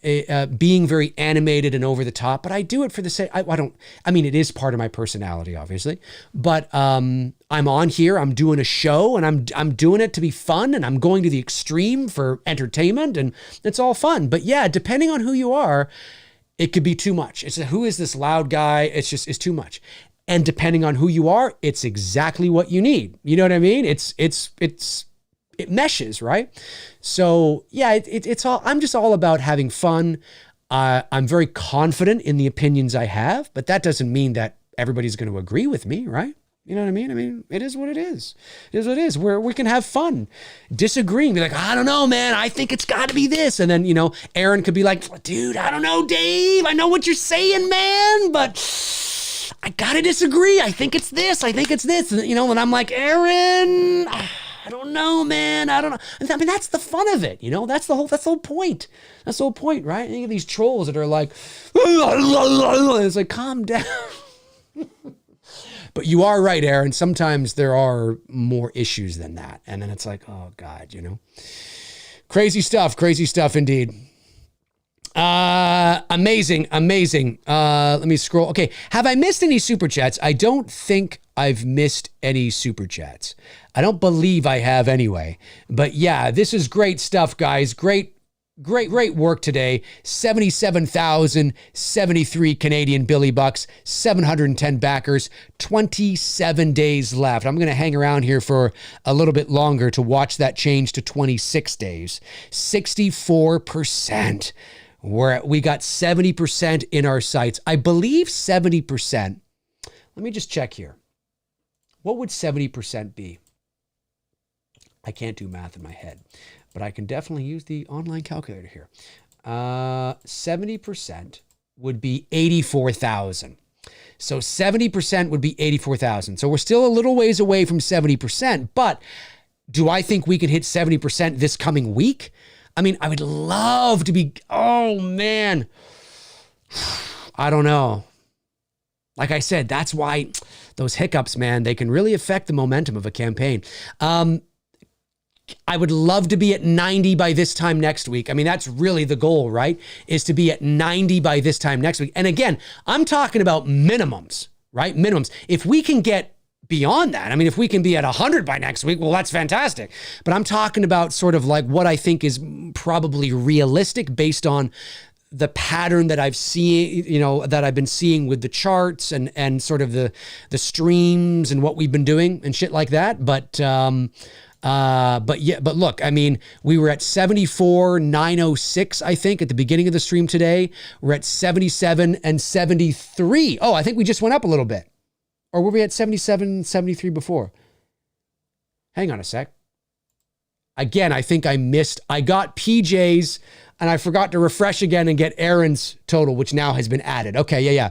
77, 73, or unless I'm brain farting and it always said, no, I thought it said 77, 13. And yes, and then with the, yes. Okay, so I just forgot to refresh. Cool stuff, man. Cool stuff. But it's good. This is the kind of, again, we're doing it, but 3.5 weeks left to go. I mean, well, a little over 3.5 weeks, but we'll get to 3.5 weeks very soon. Aaron's right. It'd be very boring if we all agreed on everything. Oh, it would. That's what's called an echo chamber. Galford's dog says, whenever I disagree with Dave, I just go in my room and punch my maple leaf flame. Exactly. That's all you got to do. Or what you do is you get a big cardboard cutout of me, right? A big cardboard cutout, and you stand it in your room, and then you walk in there and you just punch me every time you disagree. Or you get a cardboard cutout of my face and you put it on like a boxing bag or something, one of those, and you just punch me, just fucking go to town, just beat the shit out of me. That's all you do. That's all you gotta do, folks. That's all you gotta do. That's it. Okay, Marley Kiko I've got. Scrolling back. The Edward Nito one was the last one. Okay, so I think I've got that, if I'm not mistaken. I think I've got all the super chats as far as I know. Yes. Okay. I just want to make sure that I've got the super chats. All right. Perfect. Oh boy. All right, let's keep it going a little bit, folks. Let's keep it going, ladies and gentlemen. 77,073 Canadian Billy Bucks, 64% of the production budget, 710 backers. Again, if you're just tuning in, everybody who donates to the campaign or picks up a perk, I will give them a shout out here live on the stream. The link to the campaign is pinned to the top of the chat room. Man, oh man. Whew. I can feel myself getting hungry.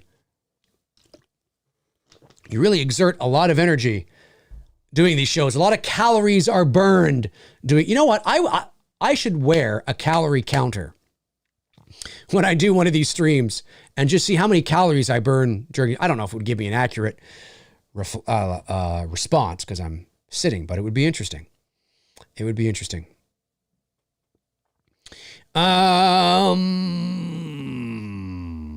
I'm scrolling. Keep that scrolling going. Tyler Singleton said, Sebastian, the second one was definitely my favorite of the series. Okay, you guys talking about Tyler. Chester Franklin Jr. says, Dave, having the subscribers only mode in the chat room is a great idea. And what year did you start the subscribers mode in the chat room? Probably in 2020. Whenever YouTube introduced it, because it wasn't always a thing. But I think it was either 2020 or 2021. It was somewhere. It's been a couple years.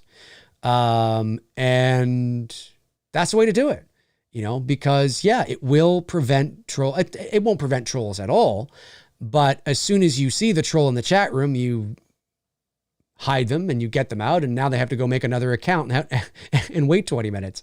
It really ruins the momentum of their trolling. So they don't usually come back. Evil Alex says, if I was the IP holder studio, I would call you and make this official, given the money you need. Cut it together with the first film, release it in theaters and stream it after. Easy money, old IP. Yeah, I don't know if it would be I don't know how viable it would be theatrically. Black Christmas has never, even the two remakes, now again, it is accordance based on the budget, of course, but both the 2019 Black Christmas and the 2006 remake did fine. They didn't do well, but they both, I think the 2019 film had a budget of, I don't know what it was, $7 million something, made 25 or whatever, 30 or whatever it was. What was it here? Anyway, it doesn't matter. I know they weren't uberly successful, but I will say that you could do that. Yeah, in theory, you could do it. Yes, you could put It's Me Billy Chapter 1 and It's Me Billy Chapter 2 together and release it theatrically. The production value and the quality is, pro. So yes, you could do that. But I don't know if there would be a demand for it theatrically. I'd be very curious. Depends on the marketing campaign, I guess. But certainly you could do streaming. You absolutely could take this and Black Christmas just has never been a hot ticket item at the theater. It's never been a big draw to the theater. But you bring back Olivia Hussey like we're doing, and you have a great marketing campaign, and maybe, who knows? We'll see what happens. I mean, right now, obviously it is fan film only because obviously we don't own the IP, but who knows what'll happen later? You never know. You never know, right? You never know. You never know, ladies and gentlemen. All right. That's true too, Gelford's dog. That is true. In a lot of ways, it was Black Christmas in name only. That's right. The 2019 film. You are right. Silent Night, Deadly Fart. Excuse me, Silent Fart, Deadly Fart. You're right. It should have been called that. It absolutely should have been called that. Yeah, no, the 2019 Black Christmas was dreadful. Just an awful film. But what is most disappointing about that film is, listen, I don't agree with the pretentious political messaging that they were doing, but I do agree with your right to be able to do that. The problem is that any message that they were trying to deliver gets lost in translation because you just didn't do it the right way. Anyways, I've talked ad nauseum about Black Christmas 19, but yeah, it should have, they just used the Black Christmas name. It should have just been called Sleigh Girls. Like there was a poster with that on it, Sleigh Girls. And I was like, that's what you should have just called it. Because there's no Billy, there's no Agnes, there's no creepy phone calls. The only thing that is the same is sorority girls in a sorority house. But there's nothing, but so what? So was Sorority Row. You know what I mean? Like, I mean, just call it something else. It's too bad. It's too bad because any messaging, any important message they felt they had was lost in translation by the backlash and the box office, lack of box office success really at the end of the day, because it could have done better. It wasn't a complete flop financially, but it could have done better had it not been so condescending and pretentious. It was a political message with a movie attached to it. And it's like, okay, but why don't you deliver it with subtext and anyway. Amaducia sends in $5, says, "Hey Dave, met you at age 40. Oh, cool. And you and my girlfriend talked about your tattoos and you couldn't have been nicer. Haters can kiss it." Well, thank you, buddy. I really appreciate that. I can't put a face to you and your girlfriend, but I have no doubt that we did. And we shot the shit and we talked Halloween and amazing. Thank you so much for sending that in. That's awesome. That's awesome. And I appreciate the kind words. Yeah, that was an interesting experience because, being there and I actually had a line. There was one point I went over to speak with Sean Clark, and so he had a table that he was at doing something, and I was standing beside his table just talking to him for a moment, and then people began to come up to me, and then I had like this little line. And it was weird. It was like, maybe you should get a table. And I'm like, I don't know. So I just stood like out in the middle of the convention floor with like this line. And I think the biggest it got, I'm not making this up, it was like 10 or 12 people just waiting to talk to me. It was hilarious, but it was awesome. So very, very cool experience because as a voice actor, I'm used to the anonymity, right? I mean, you've probably heard my voice, but don't know my face. Voice actors tend to have that anonymity. But having a Halloween YouTube channel and then going to a Halloween convention, you're very easily recognizable. You walk into that and it's, like Tom Cruise walking into, a movie theater where Top Gun is playing or something. You know what I mean? It was weird, a very weird, surreal experience, but very cool at the same time. So amazing. Thank you for the super chat, man. I really appreciate that. Thank you so much. All right. Still sitting at 710 backers, $77,073. Let's keep it going a little bit longer, folks, while I'm here. A little bit longer. Oh, and look at that.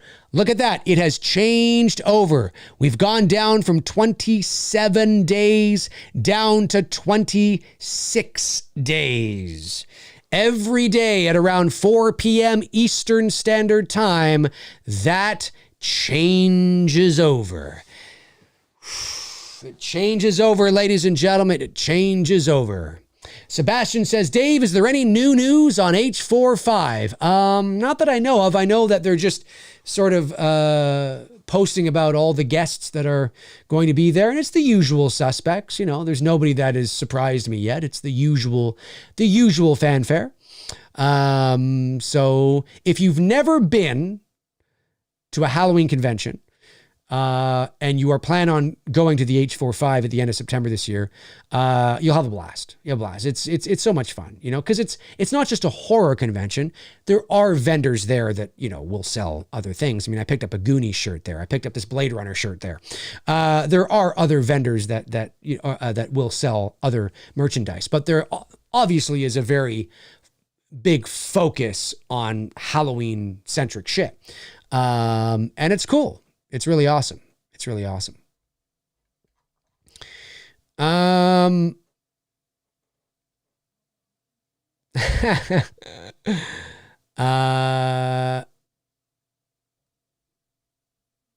Let me see. I just want to make sure I'm not missing any super chats. I don't think I am. I just want to make sure I'm not. Doesn't look like it. No. Okay, good. Just want to make sure, folks. Just want to make sure. Move that out of the way. I'm just closing some tabs here. I got so many tabs that are open. You ever find that when you're on, well, for those of you that work on a desktop or a laptop, you have like 25 tabs open. You're like, I don't even know why I have like 9 of the same tab or whatever. So many tabs. Let me just scroll that back down. Why is this even open? Okay, there we go. I can do that one. Okay. Can't do that one. Do that one. Okay. All right. Perfect. All right. Let's see. Okay, we'll go. We're approaching 3 hours here, folks. We're approaching 3 hours. So I'll go just a few minutes longer, and then I will call it a stream. It's been a good day, though. It's been a good day. I wanted to get closer to 80,000, but this is good. We started off the day at let me just see here. We started off the day at 74,906, I think it was, or something like that. So we've raised today 2,167 billy bucks. That's good. That's good. Keeping it going. That's good. That's good. We're at 77,073, 64% of the production budget. So this week coming up here, folks, for those of you that are watching after the fact, for those of you that are watching live, this week coming up, this is a very important week. It's a very important, well, every week from now to the end of June is very important, but we got to keep that momentum going. So, I can't do a live stream every day, of course, but it's very important that we keep this momentum going every day. Every day, there's never we never lay a goose egg on the campaign. Every day, there's always some funds coming in. And so tell your friends, tell your family, save up those billy bucks, and just keep this going. And then by the time we do have a stream, we can get over certain thresholds and humps and all that kind of stuff. And we'll see how it goes. But it's been a good stream today, a very good stream today, talking some movies, talking Billy, doing the Billy watch in the campaign. I'll be doing these streams for the rest of the month, and there will be a special live stream as well where Bruce and I will likely watch the original Black Christmas and It's Me Billy Chapter 1 back to back, and maybe have some special guests on as well. That is coming this month. We just got to get it organized and figure it out and keep it going. So, yeah. Awoken Nightmare says 78K gets to 65%. Every dollar counts. Amazing. Oh, wouldn't it be incredible to get to 78K like right now? All it would take is one associate producer perk for somebody who can do it. Again, please do not do it if you can't do it. But that would do it. One associate producer perk would absolutely bring us. It would bring us to 78.5, something like that. Oliver Mercer. Hey, Oliver. Thank you very much. Sends in £5. Says, hey, Dave, I hope you don't mind me asking, when and where did you meet your lady? Well, that's, I don't mind you asking, but I tend to keep my private life private. I like to kind of keep that private. It's not personal to you. It's just I like to keep it private. And that's not me saying, oh, she was a convicted felon, I met her in prison. No, I just like to keep sort of that stuff kind of private because it's a long story and I have to get into it and, to give a sense of how we met and all that kind of stuff. Yeah, I just kind of like to keep my private life private, which is why she does not appear on the channel, which is why that she will only appear in, select photos from time to time. If you follow me on social media, if we're at, for example, if we're at the Voice Arts Awards or, something like that, maybe on vacation, there's like a photo that might pop up from time to time. But it's just, she's not a public person. She doesn't have a job that is in the public eye. So, she supports what I do 100%. She's behind me 100%. And if it wasn't for her, I wouldn't be on YouTube in the ways that I am. 100% because of her. 100%. There's no question. Because I was humming and hawing and what I wanted to do and all that kind of stuff. And she was the one who was like, listen, you got to get on YouTube. You got to start talking Halloween. You got to, there's an audience out there for it. You're talented. You should be on there. You should be doing that kind of stuff. And I'm like, I don't know, and it's all because of her. It's all because of her. So it's not personal. It's just that there's an agreement between us that, there's public life, voiceover, YouTube, making movies, that kind of stuff. And there's private life. And I like to keep them separate. And I've had people ask, are you going to get her on the channel? And blah. It's like, no. It's not personal. It's not personal. She doesn't hate you guys or anything. It's just, I like to keep public life, private life separate. It's just who I am, and I'm in agreement with that, and she's in agreement with that. So, but thank you though. Thank you, Oliver. Really appreciate it. Thank you. Daniel Hyrell sends in $4.99. Thank you, Daniel. And says, Dave, thanks for showing some love to my favorite movie of all time, The Shining. God bless, bro. No problem at all, man. When? You mean like a Two Dudes episode, or is that what you're talking about? Or I think Tony and I do have a Two Dudes episode where we talk about The Shining. And so, yeah. I'm not sure if that's what you're referring to, but yeah. Christopher Ruggiero says, that's a good woman, Dave. Congrats. She is. Oh, she's great. She's great. 100%. Oh, yeah. No, she totally supports. She's just not, she doesn't have a job where she's in the public eye, right? You know what I mean? And she's not in the entertainment business. Let's just say that. So very supportive, 100%. She's my rock. But yeah, it's just a private life, public life, got to have a nice balance, right? So yeah. All right, folks, we have gone 3 hours now. We've gone 3 hours. Oh, look at that. We've just gone up, ladies and gentlemen. 711 backers, 77,178. Who was this?